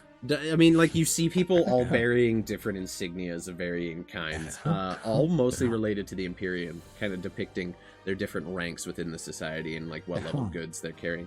You also notice that there is, like, general medallions on everyone. It's kind of has an image of what it is they're selling. It kind of, like, it's how they organize everything here. Everything is labeled in some way or stamped. But you don't make out anything that stands out as particularly, like... Is it? Overly official beyond that. Is there any anyone that doesn't look like a traitor coming in? Mm-hmm. Like civilians? Yeah, with that perception check, there's a couple civilians rolling with the groups that look like they probably hitched a ride with the travelers, like kind of like what you guys had to have done previously, or other people have done previously when traveling the Imperium. Safety in numbers and all. So there's definitely a few civilians who have split off from the units, and you do see a few mercenaries of varying skill levels of like appearance. Some are wearing like finer armor, some are wearing very basic stuff, kind of dotted throughout the group as well. What's up, Jenna? Welcome in. How you doing? So you guys continue along the line and eventually arrive at the guard. Soon you're greeted by a young-looking man, kind of similar. Did your AI bot just took the sound of you crunching a chip or something and tried to make it talk? That was so weird. To me, it sounded like so weird, dude. I don't know what like to do. a Jawa if it was from hell. Utiti. Okay, that's fair. That's valid. You kind of approach this younger kid. Yeah, like I said, few civilians traveling with the group. No one that really stands out as like super important. And when you arrive at the guard, you're greeted, like I said, young man, similar like facial hair features to what you see on Mr. Maker, like a thinner mustache, kind of a goatee with just like a little bit of 5 o'clock shadow beginning to kind of pepper in on the cheeks. Helmet that's like quite firmly fit, with like the nose cover and 2 eye slits revealing a pair of kind of light greenish eyes. Looks newer, probably his first posting or so, but he holds himself there like he has experience at this job at very least. So he's probably been at it for a little bit now. You guys approach this. What is your business in Lysia today, my friends? He's not like he's not standing aggressively. He's kind of just like got his hand on his weapon, like very casually, more of a lean than like an active holding. He's inquires. We have talked about some of the stuff in here, right, before coming in. I believe I remember that, like some of the different like shops and shit. Yeah, I mean, it's up to you guys how much. I know Gregory hasn't been here. It's up to how much you came here as a kid. Well, I know how much Stan you wanted to give rundown from Stanislav. The what? The rundown from Stanislav. Stanny, how much did you tell him about shops and stuff? I mean, that's up to you guys. Like, I don't... How much detail would you remember? Actually, why don't we just, like, let's do it this way. Let's let the dice decide. Roll me a history check, Stanislav.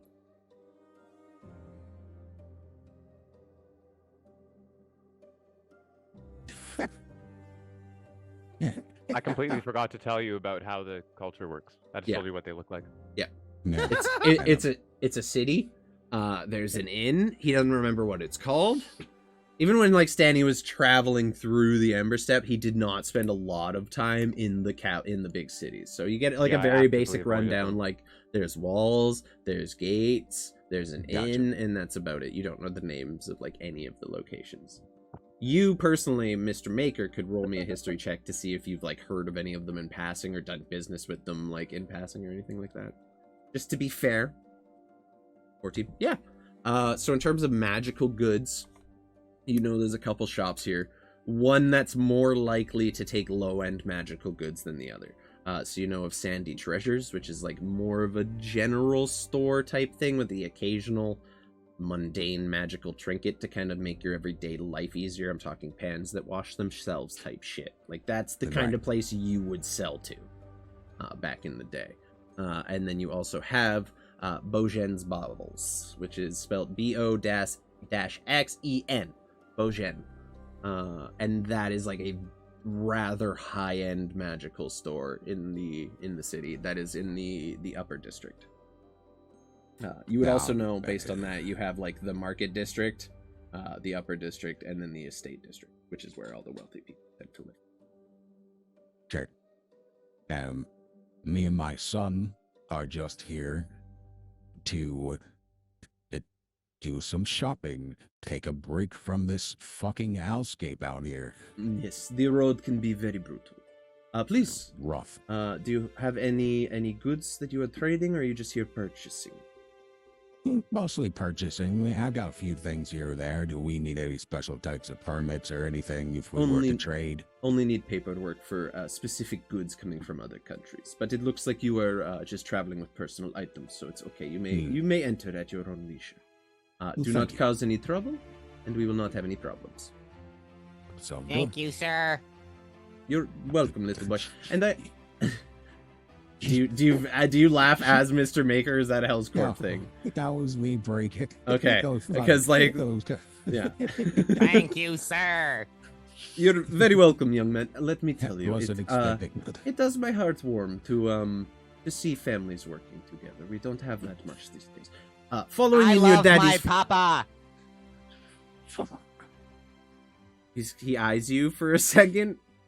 Roll me a deception check with advantage because you're disguised. You said you turned into his son. You didn't say I turned into a 3-year-old that got hit in the head a lot. Like, my papa's the tits. Damn, my son's a little slow in the uptake. A 15. Okay, that's good enough. You are an interesting child, but have fun in the city. He leans into you, Mr. Maker. Do not let him get into any trouble. Don't worry, I've been dealing with him for years. I'm a handful. I can tell already. Now still. You break it, you buy it, little man. And he kind of just like puts his hand on your back and like ushers you through and just next, please. He was nice, Papa. Can't take it down, just a tiny touch. Okay. All right, sir. I'm so happy.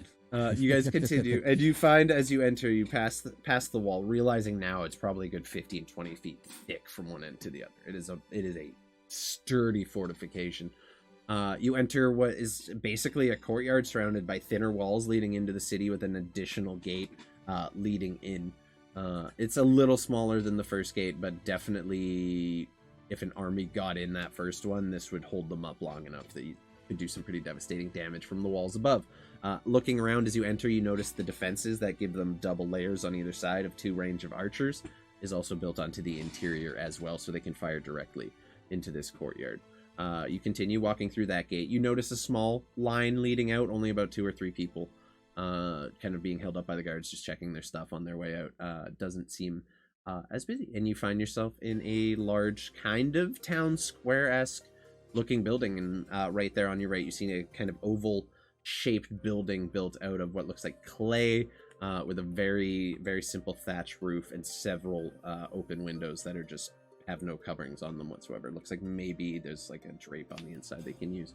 And you see a sign outside of just like what looks like a jeweled necklace or something, kind of buried in a sand dune and just barely twinkling out of the sand itself. And you see sandy treasures written upon it. Other than that, you see on your left side, next to a couple market stalls, a building called the Dune Rest Inn, which you gather to be the inn and tavern. You see a blacksmith note called Swords and Shackles. You also see an armor named Armand's Armory. And then in the center of this town square, a large circular building held up by pillars with just open walls, very kind of like very Roman Greek architecture on that. And there's quite a commotion coming from within. You hear the occasional voice carrying and echoing through the streets. It is quite a busy town square, but you can definitely hear there's quite the hubbub going on in there. Can't quite make out what it is from here. I would like to go into the armory. Kind of like put a hand on Gregory and just kind of like push in towards the armory a little bit. Going to Armand's Armory. Mm-hmm. Okay. Give me 1 second here. Pull up that real quick. Oh, come on. Where you go to get new arms and armies. That's exactly what I'm hoping for. Lidax, what are you doing here? Hey, are you showing my arm? Times are tough, man. So you, maybe we can agree on an armistice. you bring your son, Junior, towards Armand's Armory, passing Sandy's treasure, or Sandy treasures on your way past. You make your way into this very open, again, kind of square building. A section of it is closed off with wooden walls and thatch roof. But again, it's kind of just an open-air blacksmith where he has this forge set up. And you see a man, very dark-skinned, also just stained with soot in general, wearing a leather blacksmith's apron.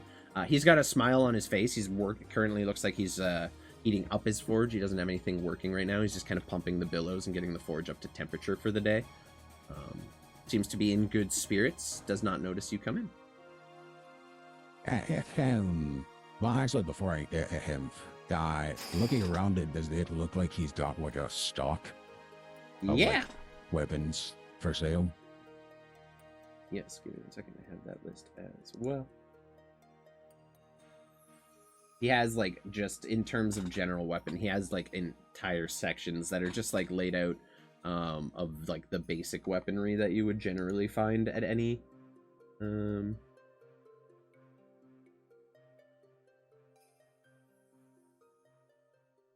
my thing. Here we go. Yeah. In terms of things that stand out to you, you see a piece of chain Can I armor. tell you what I'm looking for specifically? Yeah, sure, that'll help.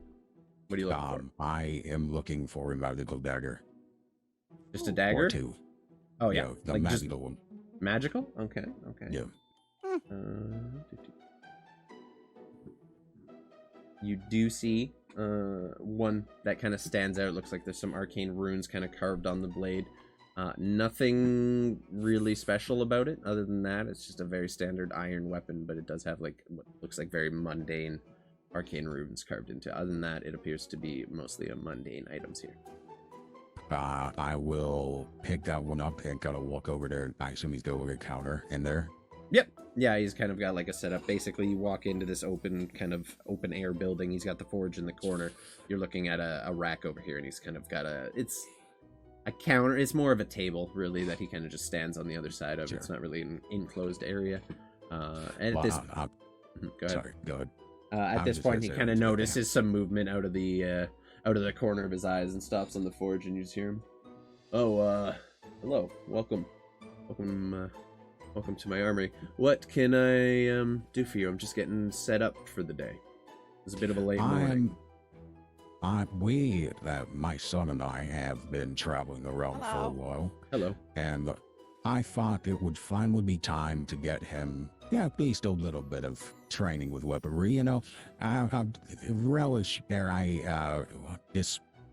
disparage the thought of him getting attacked while I'm not around to protect him, and he's getting to be that age. So I figured I'd get him something a little simple, but something that'll really do a trick. I was hoping you might be able to tell me a little bit about this that I'll hold up the dagger.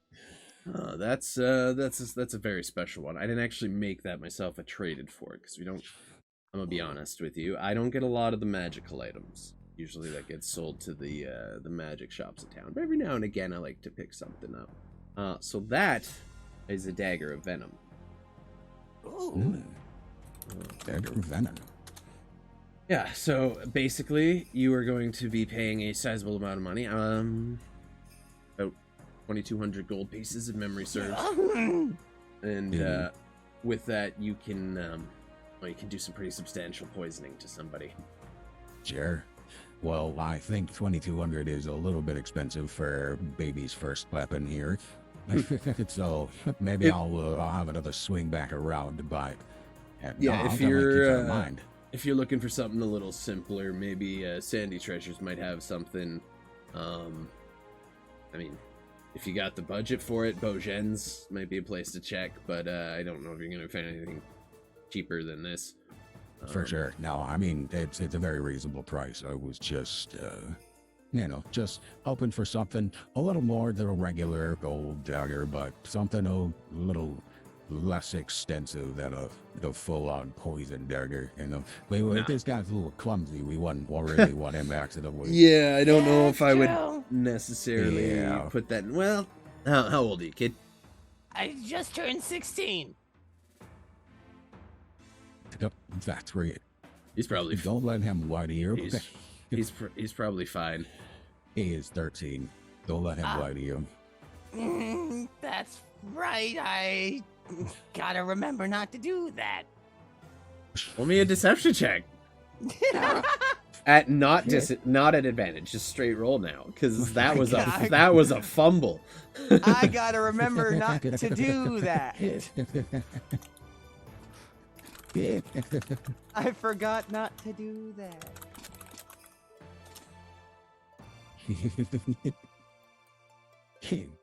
I am 13. 13. Right. Yeah. Well, I don't get paid to ask questions, so are you gonna buy anything, or can I get back to work? Takes a bit to get this forge going. Yeah, get back to. We'll swing back around on our way back out of town. I appreciate it. Hopefully, we'll be needing. Hopefully, we'll be needing a little bit into. I'll tell you what. I'll ask around for you. Maybe I can make a deal with someone and cut you in. If you swing back by, I'll see what I can get together for you. I might even have someone in the back. Man. I don't know. I appreciate it. No worries. Hey, all right. Customers are hard to come by sometimes, especially lately. If I'm not selling to the army, I'm not selling to anybody. Fair. And they're always wanting as much as possible. Yeah, you got that right. Never wanting to respect your time, so they're not really big big on on a couple that. of those. That being said, if you're looking to get the kid equipped for his first time, we do tend to work a little more with armor around here. So, see something you like in that department? Yeah, for sure. Well, like I said, I would just want to come take a quick peek around it first, but we'll see about getting him all geared up on our way back out. Yeah, he looks like he's a capable fellow. I mean, at 13, I was swinging a hammer already, so. Yeah, I wish I could say the same for this. Just kind of looking at half hour to look. Well, I mean, I'm past my prime. What have you been telling this kid? I'm old news. Washed up. All right. I'm gonna get to work. You guys have a good day. How about that? Yeah, we're good. All right. Thank you, sir. Thank you. No worries. Yeah, if you need anything, you know where to find me. And you see him kind of yelling in the back. You done back there yet? I don't pay you to sit around. I don't pay you at all. I just starts... Alright, well, we can head back out. It seems like there's some pressure to go check out Sandy Treasures. Oh, go in there. That's all right with you there, Gregory. Yeah, let's check that one out there too. Also with haste. Probably. Yeah. Quick step. Quick step.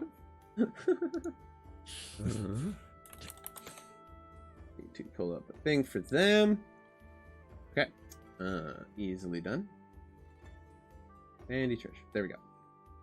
So, you leave Armand's armory and make your way to this kind of oval-shaped building made of clay with the thatch roof that I told you about earlier, and enter. And you find just a haphazardly thrown together shop of like some mismatched shelves with all kinds of different mismatched items on them. Some magical in nature, some just completely mundane. Like you see lanterns that are rusted and old and look like they've probably been well past their prime for a while, but still function. Kind of stuff like that. Some farming stuff, very rudimentary tools, some adventurers kits and stuff. You do, however, see a section behind the counter that is like enclosed in a glass thing, very much like at Walmart, like the Xboxes and shit are hid behind. Yeah, yeah. The condoms. Fair. As you enter, you see standing at the counter who looks up at you immediately, kind of like startled, as if he wasn't expecting a customer just yet. Very old man, probably in his like late 70s at this point. Kind of hunched over. It looks like he had a book, maybe a ledger or something on the table that he was working on. And you see next to him a young boy about Gregory's age, maybe a few years younger, probably like around the actual like 13 or 14 range, working along next to him. Something that stands out as odd to you. So you know for a fact most of the employees, quote unquote, in the Imperium are not in fact employees, but a forced labor force of basically captured war prisoners, for the most part, among other things. All stand out by the traditional collar that they wear around their necks. This child or teenager does not seem to have one. And he's standing next to this old man and kind of like reading over his shoulder, and it looks like he was just explaining something to the kid when you came in and his head popped up. Yes, what can I do for you? Hello.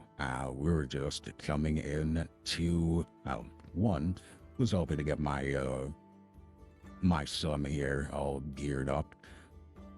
He's getting to be about that age, so we figured he should start training a little bit. I'd like to start him off with something like, better than your average dagger, but maybe not super fancy. If you might have anything in that room. So a basic enchanted weapon. Let me see what I've got. Do you have the keys? No, I don't. He leans. I wasn't talking to you. Do you have the keys? Thank you. And the kid kind of hands him up like this key ring. And looking around, he has probably like 6 of these glass enclosed shelves, and he has to go through the keys. He spends a couple minutes fiddling with them. He's quite slow. You can see that, or like hear his wrist cracking as he turns it. Like the arthritis is so bad at this point. And he gets one open and pulls out a box and opens it. And on it, there's just 3 daggers side by side.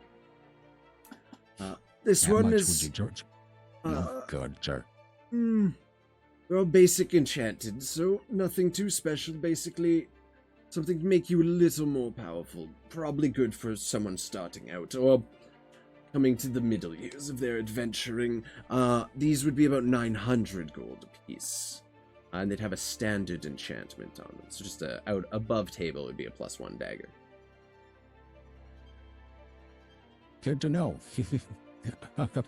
I will keep that in mind. I swiftly turn around and walk Is there anything else I can interest in? We have a lovely cloak of as the door is closing behind you. We have a lovely cloak of billowy, and the door just closes behind you. What? Hold up a second, cloak of billowing. You motherfucker. You didn't even look at the cool magic items. It's I've fun. spent 87 years searching for the cloak of billowing. My father's my cloak. weaknesses. Exclusively billowing. I literally gave him a cloak of billowing just because I thought it was funny. You guys didn't even look at it. It's fine. No, you remember I told you before, the only other character I ever spent extensive time with had one, and I just billowed constantly because of it. Oh, the billowing.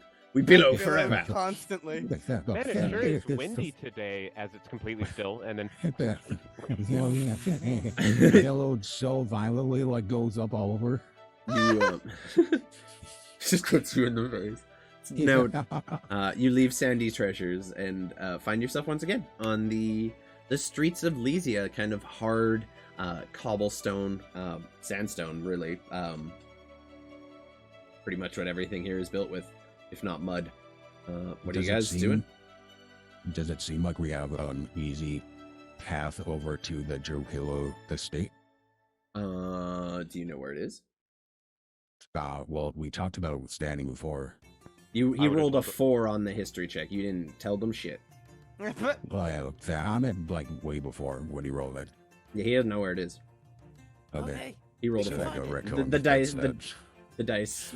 I mean, he knows the city, but he's never spent like a ton of time in it. When they were here, they didn't That's step fair. foot in that I area. went to the inn, and then I went And to the then the Gladiator arena, Arena, and then and I then went you back ran. to the inn, and then I got attacked, and then I got the fuck out of there. Yeah. So I So spent a grand total of about 4 Uh, hours. No, about a day in 2 different places. Yeah, he told you where, day like, trip. how the section is divvied up. You have the merchant, I was probably wrong. the merchant quarter, or the whatever the fuck I called it, the high district, or the upper market, and then you have the estate district as well. When he told you where the estate district is, you're just not sure which house in the district it may be. When you know where it's at? Armand gestured and said you could try Boxins. Bogens, Boxins, Bogens. Boxins, really? I read it. I read Really? it. I read it. Okay, Boxins. Alright. I'm changing. It's now Boxins Bobbles. Okay, it's Boxins? Boxins Bobbles. I love it. Box I- Bob. Box Bob. Anyways, when he fucking said that maybe to check it, did he like gesture in the direction of it? He pointed in the opposite direction from where you know the estate district to be. You know it's laid out. Merchant estate is on the west side of the city, and where he pointed is the east side, which is the upper market, which is I where meant all the did he fun stuff is. gesture towards Boxins? Yeah, he'd right up to it, which is Okay, basically well- just to the northeast of this district. I think if there is a more valuable magic shop, then let's go check the magical shop and see if they know where we're going. Ooh. Well, yeah, they would have their finger on the pulse. Yeah, and Churros are collectors, so you have to assume they have some significant dealings with Mr. Boxen. At least, yeah. Damn a it. little bit. Boxin. Okay, I work hard, come up with cool names. Bogen, and you're like Boxins. Okay, it's Boxins. We're sticking with it. I read it. I read it. Um, What do you want from me? You guys head. So American. You The accent. you guys leave the Sandy Treasures in the market district. You know you need to head to the northeast. There's a road that leads northeast out of it, and there's a road that leads straight north. As you step out into the town square looking north now, you can see, oh, thank you for the follow, Pyromaniac. I appreciate that. Good joke. Solid joke. We got a raid. Blasian Titan Nation. Let's go. What's up? Titan raid. Hell yeah. Thank you so Titans. much. God damn. Teen Titans. It's a we love it. And he's wearing a Canada hat. There's a we see a Titans, we see a, go! we Have see a you seen Canada hat. Baldur's Gate? People. Oh, classic Baldur's Gate too. I respect it. Welcome in. We love Canadians here. We got mostly Canadians here. First. Oh, hi, how are you, bud? August. Oh, How yeah. is it going, bud? All right.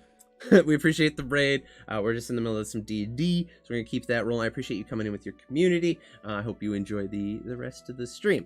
So you guys head towards the northeastern market district of the oasis city of Lysia. There are guards currently sitting at the gate. Very similar demeanor before, though they do appear a bit more rigid than the ones at the actual entrance to the city. They are not stopping anyone from entering currently. You walk past, they kind of just eye you as you look. Don't stop you or anything. And you continue. As you make your way northward along this road, looking to your left, you can see now in the middle of the city, in the center of the oasis, on what appears to probably be a man-made island. At least parts of it do appear to have been like extended and grown out by man-made means. A towering Colosseum-like arena, except more of an oval shape as opposed to a circle. Standing taller than any walls around the city. It is literally like several feet high, probably about 100 from the base just to the top. And you can see like the rows of seating kind of making their ways and the covering over this arena. You gather that is where Stanislav first was crowned. That's probably the one place That I must have described been properly in the whole city. That is like, yeah, that is like, and looking at it, you're literally like, oh wow, he got everything right. Like that was the one detail he didn't miss. He took in everything from that moment that he could. That must be where Stanislav kicked out or something. I'm not sure what was they. That sounds like right. Yeah, it's just like he told us. Yeah, that's like all, when you asked him for details of the cities, he was like, so I killed this guy, I stabbed him in the face. Like he just kept going into details Well, about the fight. you should have seen the arena. It was glorious. Yeah. He was right. On your left, you see a circular building with just solid walls, no windows whatsoever, apart from the two in the door, and what looks like a large opening in the roof. Like it's built almost like a donut, with just like the center is open, so like the elements can get in, but you cannot see through the walls. It is completely enclosed. You do see a sign above it saying, "The Pearl of the Sands." Let you figure out what that is if you want to, but that's up to you. On your right, you see the Sands End Inn and Spa. In stark contrast to the Dune Rest, this is an immaculately designed inn. It looks welcoming, cozy, sturdy, well ventilated. Whereas the other one, just walking past it, you could literally smell the stench of like old mead, rotting floorboards. Like there's a stark contrast here. And then finally, as you continue along that road, on the northeastern side of Cat in the dice tray. Cat in the dice tray. That's Just amazing. going inside in there. Wait, hold up. Like, Good luck. Get a photo of that on your phone and send it to me. That's our next Okay. emote. That is our next emote, 100%. Yes. Cat in the dice tray has to be a thing. And you see Boshen's Bubbles. It is a octagonal building with like just all straight walls around it. Also all enclosed, but several windows about all open and allowing the breeze in. Even now, it's quite a bit cooler here than it was out in the desert. Just like the proximity to the massive oasis in the center of town, the shade, the cover of the walls, and everything.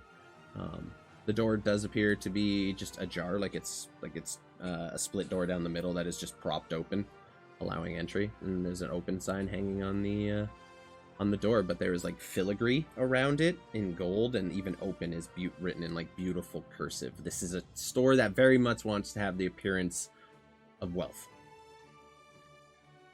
You guys Cool. enter Let's go, Papa. Wow.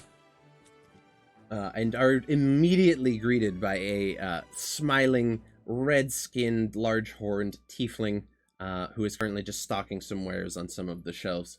He turns as you enter, and he's kind of absorbed, but as soon as he hears someone pass that threshold, your footstep into the building, he straightens his back right up and assumes his best salesman pose and turns. As he does, the tails of his coat kind of whip and leave a faint trail of smoke as they do, just like an ever little faint little wisp of smoke as he passes. He turns, he's, "Hello," and he just smiles as he sees you come in. "Welcome. I am Bojen. What can I do for you today?" Welcome. Bojen. Yes, some people think it is boxing, and that is categorically incorrect. Right. It is actually Yeah, well, we'd deeply never take that. deeply upsetting when people get my name wrong. For sure. Yeah, Perfect. no, That is my completely next emote. understandable. Thank you, Chris. Appreciate you. Adorable. I'll need you to crop out the dirty clothes in the background. I am 100% gonna follow and go check out some Baldur's Gate streams. That makes me happy. Yeah, love Baldur's Gate. So what can I do for you? Welcome to my store. Oh. Well, Well, actually, we were coming in for a little bit of information, if you don't mind. See, Mm. me and my son here, we were coming by to trade off for a particularly valuable magical item that is currently in the Jarilla collection. Find me a However- magical item that isn't in their collection. I know. Believe but me. hopefully, we'll be able to coax at least one more out of it. Oh, good luck with that. So are you However- looking for an introduction? Are you looking just for a location? What can I do for you? Why are you coming to me? Well, my fucking son here lost the map. Stanley, you have So advantage on now your next we roll. have no idea where the hell the estate is. I know it's in the estate district, but I'm not sure which one. And I Well- don't really want to go knocking on doors. I can't imagine that would go over well for a couple of traders like myself. Yeah. I'll be honest with you. I mean, absolutely no offense here, but you don't quite look the type to be allowed into the estate district. No offense. No offense. You look like a pair of traders, and unfortunately, traders that are not on private business with a member of the estate household are not allowed entry. You understand? It is strictly a security Where do you thing. think It we has got that? nothing at all to do with classism. Oh, And of course not. But I'm why not. do you think There's, we had? there's no insight check here. You detect a serious sense of bitterness in his voice. Like, they're not letting this dude into the estate district because he owns the shop. Like, he's a little chapped. Like, he's just a little salty about it. But he's still smiling. Like, that salesman face never leaves, and you just see, like, a slight glint of a fang as he smiles. Consummate we did. professional. Get direct permission. You see, we're from Pillowstone originally. How are you? Well, we don't get many travelers down here these days. And there's just something that I can't really tell you this, but there's something that we need from them. They want something from us. We were given written invitation over here with a fucking map, and this little dumb skull lost it. I am a waste of breath. So you were giving Yeah, you keys into the most prestigious district in the city, basically, and you lost it. You lost your free pass, and now you've come to me seeking another one. Is that what I'm understanding? Not exactly a free pass, no, but we just need the general direction. Once they see our papers, they'll be able to let us in. Yeah. We lost the map, not the rest of it. Okay, easily done. You see where you are right now. Even Walk to the exact opposite side of the city. From here, just you can't miss it. Past the giant murder dome, where all the slaughtering people happens. You can't miss that either. It takes up quite a bit of scenery on the the horizon. sun on the way up here. It's hard to miss. How could you miss it? And then maybe plead your case to the gods at the bridge if they he eyes you suspiciously again, like he doesn't buy much of what you're saying. Passively, he's pretty insightful, very good at sizing people up for their income, basically. He doesn't necessarily buy your story, but I return. it's nothing a off him. smile identical to his. Like he- one of those very. Yeah, he clocks that and he's like, oh, okay. And you notice his demeanor kind of relax a little, like he's in the presence of another showman at this point. He gets it. So across the first bridge, past the arena, across the other bridge, and then it'll be the, well, it's hard to miss. It's the biggest estate on your right. There'll be a little one, a little quaint, nice little home, and then the big fuck me house in the corner. That will be theirs. Gregory stifles a laugh. I'm sorry, I Hush, shouldn't Joe. swear. I shouldn't swear in front of the young one. I'm so sorry. I'm so sorry. Ow. It That was wasn't funny. that wasn't very professional of me. That was funny. What are you teaching this child? Yeah, I genuinely have no fucking clue where he picks this stuff up. I'm a Okay. I chip said off fucking the old wild block. upsetting. Well, while I've got you here, can I interest you in any magical items? I have many, all impressive, Whoa, what? all for a hefty premium. But perhaps For we sure. can come to some kind of arrangement as a one businessman to another. And between you and me, if you're passing that ghastly arena, the smell of death and decay is quite prevalent. So if you would, for a meager sum of 2 gold pieces per, and he whips out a business card. For 2 gold pieces, I will sell you this, and it is scented like Oasis Glade. I checked the ego in Mr. Baker can't stop it. It is now a little bit of fuming. He fucking reaches in his coat pocket, flips out an identical business card. Oh, you have your own business cards as well. Lavender Fields. It is a little waft. Takes it. Very nice. How about I take this one and I'll give you this one for free? It's just tradesies. This is nice. Yes, very good. This is D&D American Psycho. It's very good. Very good work. Impressive craftsmanship. It's embossed and everything. It glows. I love it. Very impressive. And he just slides it right into his pocket.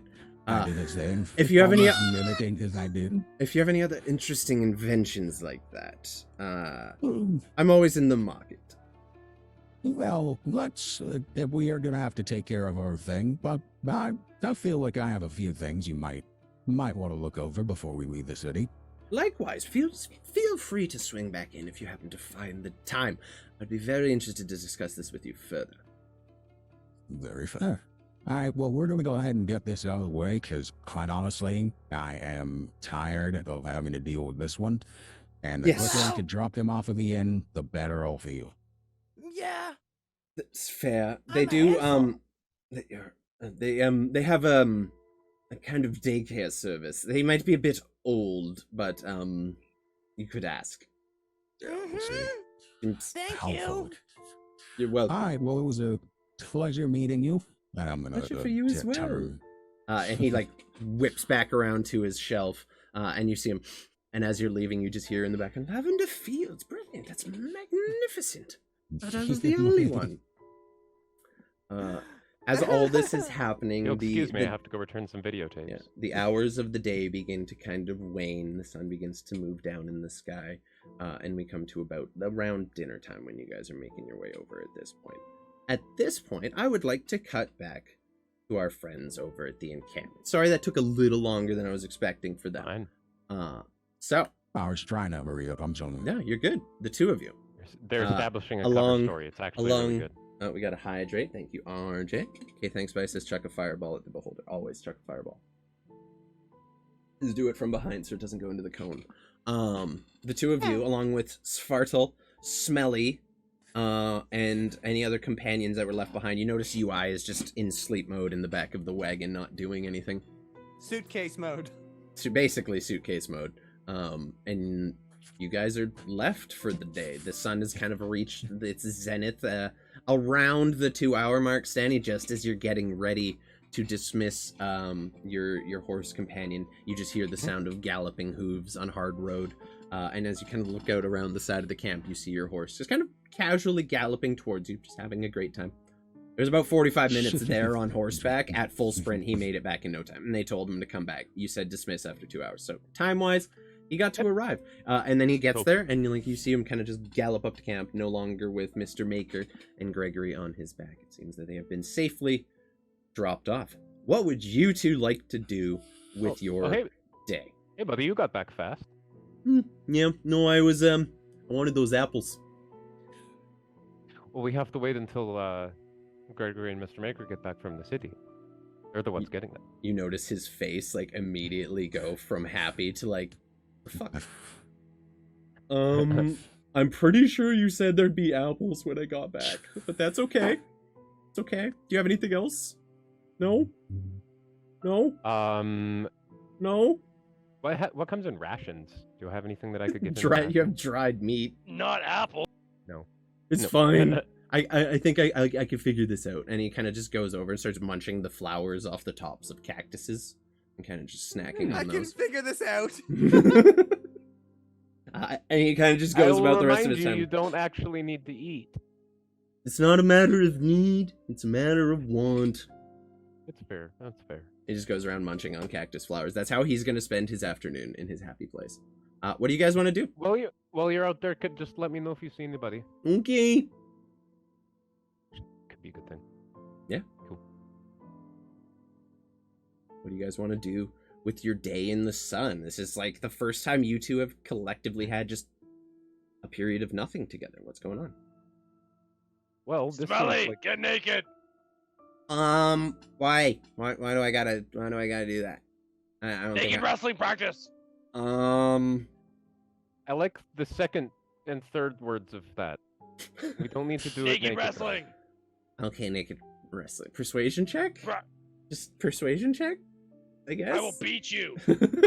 I've seen this movie. Persuade. Can I roll like It's a called counter what, persuasion broke? check? Because I Something? don't want to see this. I'm gonna use that advantage I had earlier. Go for it. Just to... Go for it. Go Break for back it. mounting. Oh, yeah. Breakout mounting. Nope, that's that was what it Break back actively mounting. worse. I didn't even see what you rolled. It didn't even go through. What? It didn't go through Didn't onto go roll through. 20. We got a 10 I from rolled- Stanny. You rolled a 2, I rolled a 7 and a 2. and I Okay. rolled a 10. Okay. Wait, what are you rolling persuasion for? Stanny trying I to want convince him not to get naked because I don't want to see this smelly little dude's smelly little balls. Smelly balls. That's his new. Smelly little dude, smelly Um, little dude. I'm gonna be honest. Oh, there are your rolls, Mr. I don't think I want to do that. I can do wrestling. Can we just do wrestling? I think that's a little better, a little more my speed. What happens if the terrorists get you and they strip you of your armor? You have to learn from the basics and then you get stuff. Okay, so we're starting at the bottom. Yes. All right. You're the small spoon. I'm not sure how okay I am. Forever. I'm not sure how okay I am with this, but okay. No Just armor is a good idea, though. just this once. Can I go like shorts? No shirt? Is that No acceptable? shorts. I don't want to show my pickle. Everything exposed to the elements so you feel it when it's a fight naked. He looks over to Stan. He looks over to Stanny. Is this how he usually trains people? Well, to be honest, this is the first time I've trained somebody with him. Me too, let's go. Okay. Yeah. Okay. Are you wrestling? This is how my culture does it. Are you wrestling Svartle right now? Is that what's Alright, happening? Spartle, you don't have to get naked, but... Too get ready late! to wrestle a naked guy. It's Oh, too late. Don't fucking listen to is them, he you're with already me. naked? Yeah, it doesn't take him long. Alright, well, I appreciate the gusto. Who am I wrestling? He's like just ready to go. The other naked guy. Who's the other naked guy? Oh, it's, did, it's Mantuka. That's it. did Smelly not get naked? Smelly. I don't know who's who. Svartle is Hell's Smelly's my corpse. guy. Svartle isn't Smelly's here. getting Yeah. naked. Yeah. Okay. So That's sharp and smelly. Shartle, dude, this is the worst. Your fucking henchman is standing there in his skivvies. What are you doing? Lube up and I toss him like this, like pig lard. And I want Did him you to, get that? and I want him to fucking like GSP himself with lube. I don't want to do this. Mundo, Por qué? Okay. Yeah, he's just like, is this really necessary? Just... It is. You know, it'll actually make it a lot harder for you to get grabbed. I have disadvantage. I mean, that's true. That's true. And then Mantuka's gonna lube up his hairless bits, No. and This we're is gonna have a vile. wrestle off. This is vile. Alright, Stanislav Okay. will also get down to his shorts. Oh god, why is everyone getting fucking naked, dude? That's not a... No, Stanislav just Danilow's takes just his... like rubbing Vaseline on his armor. He's like, yeah, I'm into. What the fuck? No, Stanny just takes his shirt off. Okay, one second, I'm opening the sheet for your stupid little dude. Wait, Smelly's not in here. Okay, I'm just... You're rolling against yourself. Go nuts. Okay, roll me 2 athletics checks. One from Smelly, one from you. Ooh, athletics. You're, Let's I'm start gonna with say, I'm gonna Smelly. say you're, yeah. I mean, you can't Are 3-man you wrestle. wrestling, Smelly? He's Oh, I right. was He's just- Yeah. he's training his little dude. Athletics. Okay, so 13. Oh, he's gonna get slaughtered. Oh, When I I gotta finish planned you. today's Fuck. session, naked wrestling was not even Yeah. in the realm of possibility. So you watch Stanny as you're kind of just taking your armor off and like, wrestling's okay. Yeah, I used to do this. This sounds good. I used to fight with Ilsevere. This is fine. I used to taking your armor off, and you watch as like Smelly runs at Mantuka to try and do some maneuver, and Mantuka just grabs up and like goes to basically like suplex him, but like slips out mid fucking flip because of how oiled up and lubed up they are.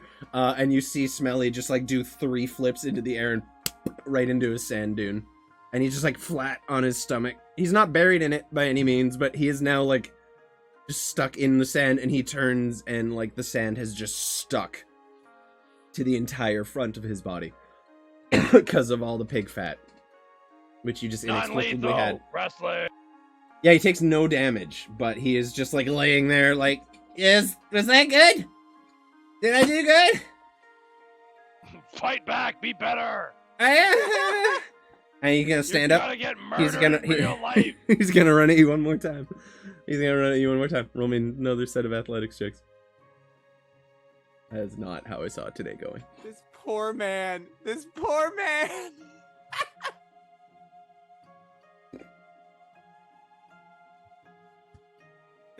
He's not your day, hombre. He just runs up, wraps his arms around one of your legs, and tries to like. You see his feet just kind of pushing into the sand and sinking deeper as he tries to pull, and you just like flick your foot. At this point, he flies another 3 feet, or like 3 flips into the air and just into the sand dune again. He's not making a dent. He's never gonna make a dent. But he held on for longer this time, All right. and you might consider that a win. It took you a full second longer to yeet him across oblivion. All right, Smelly, let me show you how it's done. Also, I'm gonna square up with Mantuka. just rolling something for me. Don't worry about it. Damn. Okay. Carry on. We going? We doing this? Yeah, so Yeah, Stanny, square you up. square. You, Athletics off? wait, do you lube up? Yeah. Do you also lube up? My upper half. Yep. Okay, you got beat a nat 20 for 28. Oh, Come to me, you little bitch. I can. Yeah, you gotta roll Do it. good. I'm using my advantage. Okay, still not enough. Okay. Does it beat a nat 20 though? Yeah, DM, because you really have to think about yeah, that. I do. But collectively, it's still a 28. You got a 29 altogether. Nat 20 is a crit success on an attack roll, not necessarily a skill check. Isn't he attacking me? It's No, a we're skill. wrestling. It's an athletic skill check. Okay. So you rolled very good, and I'm I taking get that into account. We're But having sex. He's seducing me. I He still beats you this round. So you guys ready up? Mantuka, you this time run in and go for just like a full double leg takedown. You just rush at the legs, try to take him out, and get him into the sand. As you do so, he just counters it, lifts you back up. You bring one elbow around and just kind of clock him in the side of the head, and his head goes down. But as he does so, he grabs you and just slams you down into the sand, and is just standing over you. He hasn't won yet, but you are now like in the sand. He's not prone. You're both just grappling each other at this point. No one's prone or anything, but you're like kind of just rolling around in the sand at this point. So for all intents and purposes, no one is currently prone because you basically both are. I would like to get up and re-engage the grapple. I would The like struggle not to. snuggle. Yep. I would like not to let him get up and attempt to put him into like Guys, roll me athletics Either- checks. some sort of immobilizing grapple. This is why I play this game. So it's athletics if you want to continue the grappling and do all that shit. If you want to get out and reset the fight and try to get it back to the feet, you can roll acrobatics check to try to weasel out as well. I didn't roll good this time, Okay, so and I don't have advantage on these. You're raging, right? Not yet. He just has advantage on athletics checks. Tied. It's a tie this time. So like Mantuka, as you're down, you got like one knee in the sand. He's trying to put his pressure down on you and keep you from standing. You're pushing up as you do. Both of your feet are digging into the sand. Neither of you manage to gain any ground. Between the pig fat and the sheer strength between the two of you, just slipping off of each other. Can't really get a good grip this time around. That round is a stalemate. So the way we're gonna do this, whoever wins 2 in a row wins the fight. Okay. That's the rules for today, and we just reset. So we are at 0. You're both effectively now standing kind of clinched up, grappling with each other. Yeah, still trying to immobilize. Hit 14. Oh. Ugh. Okay, so that's one more for Stanny. This time he goes in for the trip. Mantuka, as you kind of overcommit leaning forward, he loops a leg around back and just slams you down into the ground and puts all his weight down on you, tries to pin you to the ground. So if we're going for the pin, I need one more athletics check from both of you. Let's see. And again, you can try to use acrobatics to get out. Oh, shit. Oh. 29. Oh. Grady still beats you. Mantuka, you give it your all, but like you're not used to wrestling. You haven't wrestled someone of your own caliber in a very, very long time, and Stanny manages to just ever so slightly get his way past you. As you try to regain the ground, he just pushes you down into the sand, puts his elbow down across your shoulders and holds, and gets the pin on you. And you're just kind of left there laying in the sand as Stanny's like golden hair is just hanging into your face as he holds you pinned onto the ground. And like you know Stanny is strong, but you could tell there was a little something extra that wasn't necessarily all from his muscles in there. The guidances. Yeah, he had some little Jesus energy. Stanny's never been able to do that. Oh, you're such a little bitch. Every time, of course Yeah. I'm going to. Mantuka, as you clock that, you're like, wait a second, there was some glowy shit happening in there. Like, you definitely clock the Shed a tear in spellcaster. his face. Yeah, no, you definitely, like, as he's doing this, he's actively casting as well. Wait, Bless is a bonus action, right? Guidance? Yeah, guidance. Bonus action? Concentration. Oh, hold on a sec here. Mm-hmm. Okay. Because if you're doing athletics checks to wrestle, you Yeah. can't do actions to Okay. cast. Oh, shady bitches. Okay. Win for Mantuka. So we have to go back Trump for president. a little bit then. Technically, you're at Yeah, one. I'm so sorry. Yeah. He won the Ah. first one. Wait, No, I in won terms the of the second. rolls, he won the Tied. first. Yeah, then we tied. And yep. Actually, No, you I still still did still technically win the technically, yeah, you second still one. technically won on both without the Oh, bless. okay. Oh, Pete. It's a numbers game, Pete. I'm just- so sorry. So ignore the thing Wait, about on the holy last bit. on the last Danny's one, on the last one, you and Mantuka Yeah. tied. Oh no, I you got rolled a 27. 27. Yep. So you still lose. Sorry, man.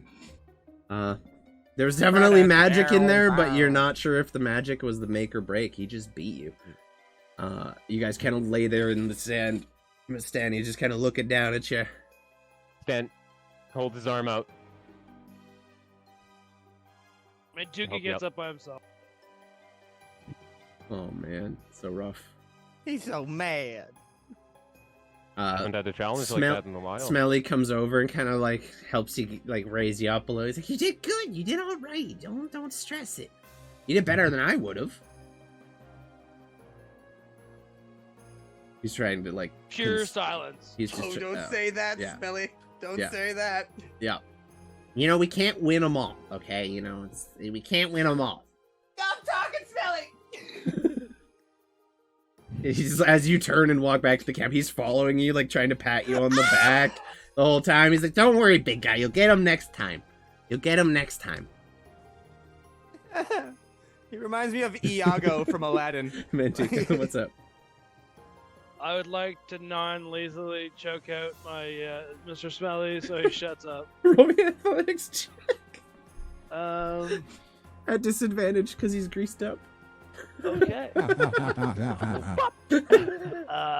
So gonna roll. was that Fair. acrobat? Yeah, I'm So rolling what do I roll? acrobatic. Acrobat Athletics at check, just disadvantage. normal roll athletics because you're trying to Okay. grapple him again. He rolled an 11 with his advantage, whatever his acrobatics added onto that is. Doesn't matter. Not enough. Doesn't matter. So as he kind of like, he's patting you, he's like, "You'll be okay. You know, we can't win him." You turn and just go towards him with the hands out. He tries to dip out of the way and you just grab him and eyes bulging like breathing the Minotaur breath into his face, like cross-eyed. You feel like his breath just slowly slow down. His eyes kind of like...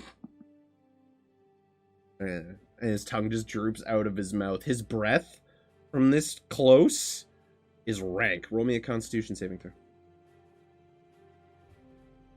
He's like a grung. He's got poison. Okay, natural 20. You have smelled some nasty things. Like that zombie horde the other day was about as bad as you thought it would get. But getting close to Smelly's breath, like from an inch away, it's comparable.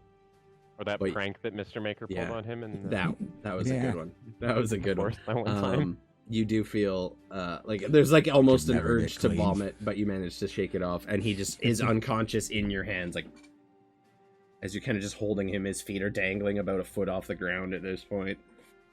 He's alive, but you I'm choked just him gonna out. grab my scruff of the neck and drag him so I can mope in the corner. You just drag him through the sand, and you just lay him down. You go sit in the corner and mope. Stani gave Mantuka a pretty sound beating. I must say, by the time all the wrestling adventures have come to a close, the evening has begun to set. You teach Svartle some new things, you teach Smelly some new things, Stani spends some time with them, and the evening finally arrives. Are you guys taking a watch? What's the game plan for the evening time? We didn't really talk about when they were going to be back. Nope. Thing? Nope, but it's No. they're definitely at a certain point you kind of realize it's an overnight thing, if not more. Mhm. Yeah, it's going to be loose-ended, so... Mm-hmm. Well, I guess they're going to be there for a bit longer than I thought they were going to. Well, there's 4 of us plus your horse. There's 5 of us, so we can divvy up watches, Mm-hmm. and we get the fucking electric pillow. Well, I'll take first watch again. Okay. So Electric. you all tuck in for a rest. UI just down in the wagon, all closed up and sleeping in suitcase mode. Everyone tucks in for an evening's rest. Stani, go ahead and roll me a perception. Both. Please don't suck. Of course. I can guidance this, right? One of you, not both of you.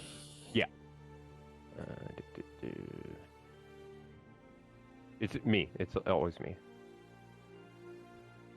Never cash. Of the wisdom, no perception, if that changes anything. I don't have. He's a horse. So, Motherfucking horse. do me a favor and just I don't know what the stat blocks look for. It's you only have the base stats. He doesn't have a perception stat. Gotcha. Okay. Go ahead and Stanislav, roll me a Constitution saving throw. Okay. 21. You do not fall asleep on your watch. That's what I was rolling for that. You rolled very low on your Yeah. perception check, so I figured we'll roll to see if you 8. fell asleep. Yep. You did not fall asleep, but at a certain point during the night, you can hear Ikesh going about his thing in the field, enjoying his desert rose flowers or whatever, his little cactus flowers. And you kind of just go and sit and dangle your feet over. Fuck you, Peter. Dangle your feet over the cliffside and kind of just watch Ikesh do his thing and just enjoy himself and just take a moment to admire the beautiful nighttime scenery of the Ember Steppe. And you spend probably a little longer than you thought you should have daydreaming or night dreaming, awake dreaming, whatever you want to call it at this point in time. Zoned the fuck out, son. Can you daydream at night? That is the question. That is the It's always day philosophical. somewhere. Yeah, that's so yes. true. Okay, fair enough. Fair enough. It's like it's 5 o'clock somewhere, basically, is what you're saying. Both You 5 o'clock a.m. and p.m. spend somewhere. a good 2.5, 3 hours of your watch, just going about your business. As your watch comes to a close, you realize, oh shit, I have a job to do. I should probably get back to it. And you kind of look around. You don't see anything at the moment. Go ahead and roll me a perception check at disadvantage because you are in the pitch blackness. May I guidance it? Yeah, you can guidance your you can guidance your checks and shit when you're not in an active Doesn't matter. like contest That with a was player. That was a nat 1 and a nat 20, bro. Polarizing. see that very Holy often. shit. Rough. It doesn't even matter for guidance, so. Oof. Some things have happened on Nat 1 perception checks, or Nat 1s for me, that have been... Actually, one resulted in my near death. Boy. Yeah, and Gregory almost got carried away by some shit. Oh yeah, that did happen, didn't it? So, you return to the campsite where you find Mantuka, Svartal and Smelly, all asleep, peaceful. Nothing really with those perception checks. Nothing really strikes you as off right now. Everyone seems fine. There's an open spot by the now dormant fire for you. Do I see a cache anywhere? Yep, Ikash still doing his thing. He was out in the desert eating flowers and shit. Kind of Okay, around the front of the camp, and that's where you were distracted. Neat. Alright, well, I'm gonna go wake Svartal for a second watch. Okay? You go kind of shake Svartal away. He's like, ah! Yeah, what do you want? You're not my boss. I need you to take second watch if you don't mind. You're not my boss. Did you say please? Did you say the magic word? I need you to take second watch, please. Thank you. And Svartal, in true Mr. Maker fashion, goes and just sits at the front of the camp. Miss Maker, roll me a perception check for Svartal, please. I pass out. Okay.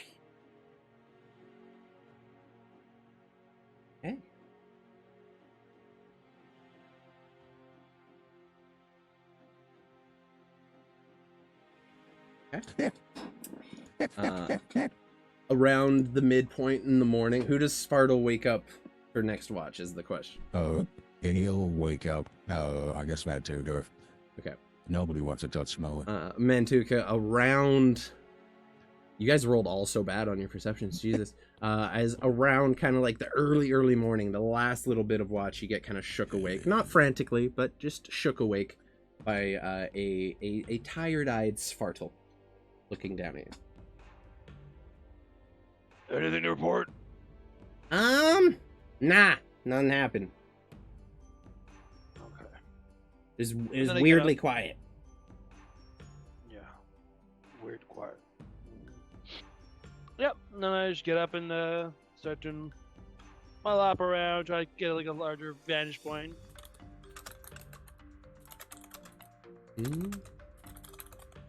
So, roll me a perception check. As you kind of, like, you stand up and start looking around the camp, just kind of taking it all in. Go ahead, roll me a perception check. Not bad, not bad. Okay. Something strikes you as odd. Very, very quickly.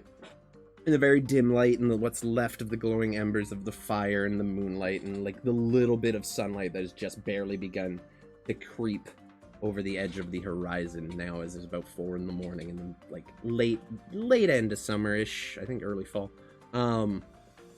You notice very quickly, you see where everyone was sleeping. You see where Svartal's footprints came up to your bed.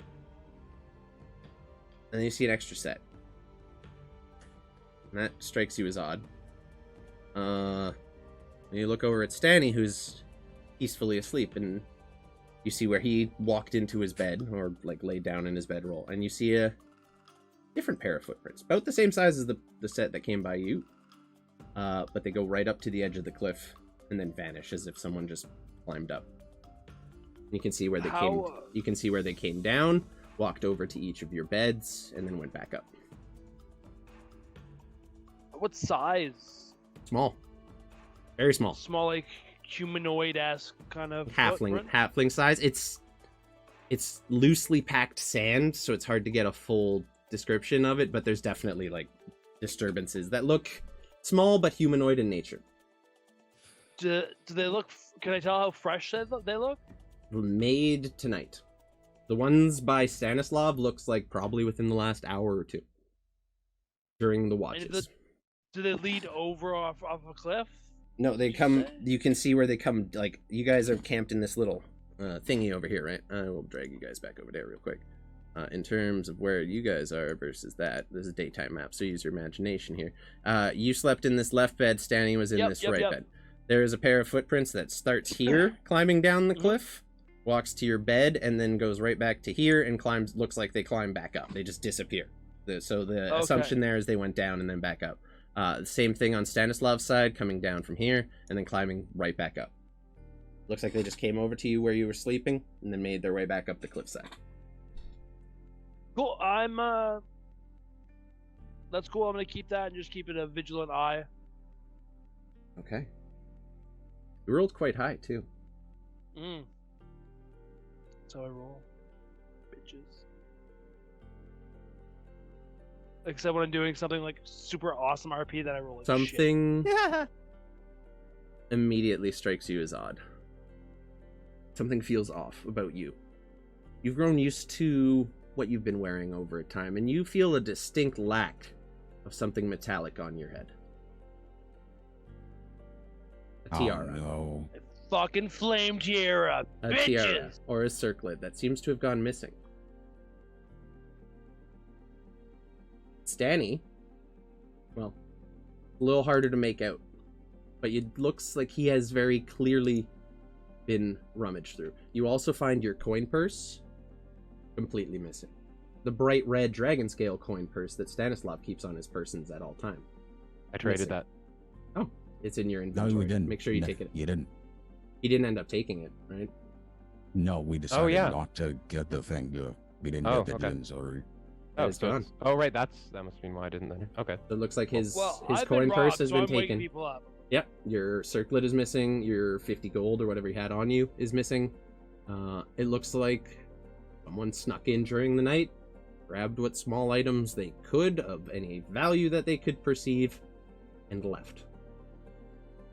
Danny, you also notice as My you're dice gone. shooken awake by Mantuka. What is it? You kind of feel We've been yourself. fucking robbed. You start searching yourself over. First thing that sticks out is odd to you.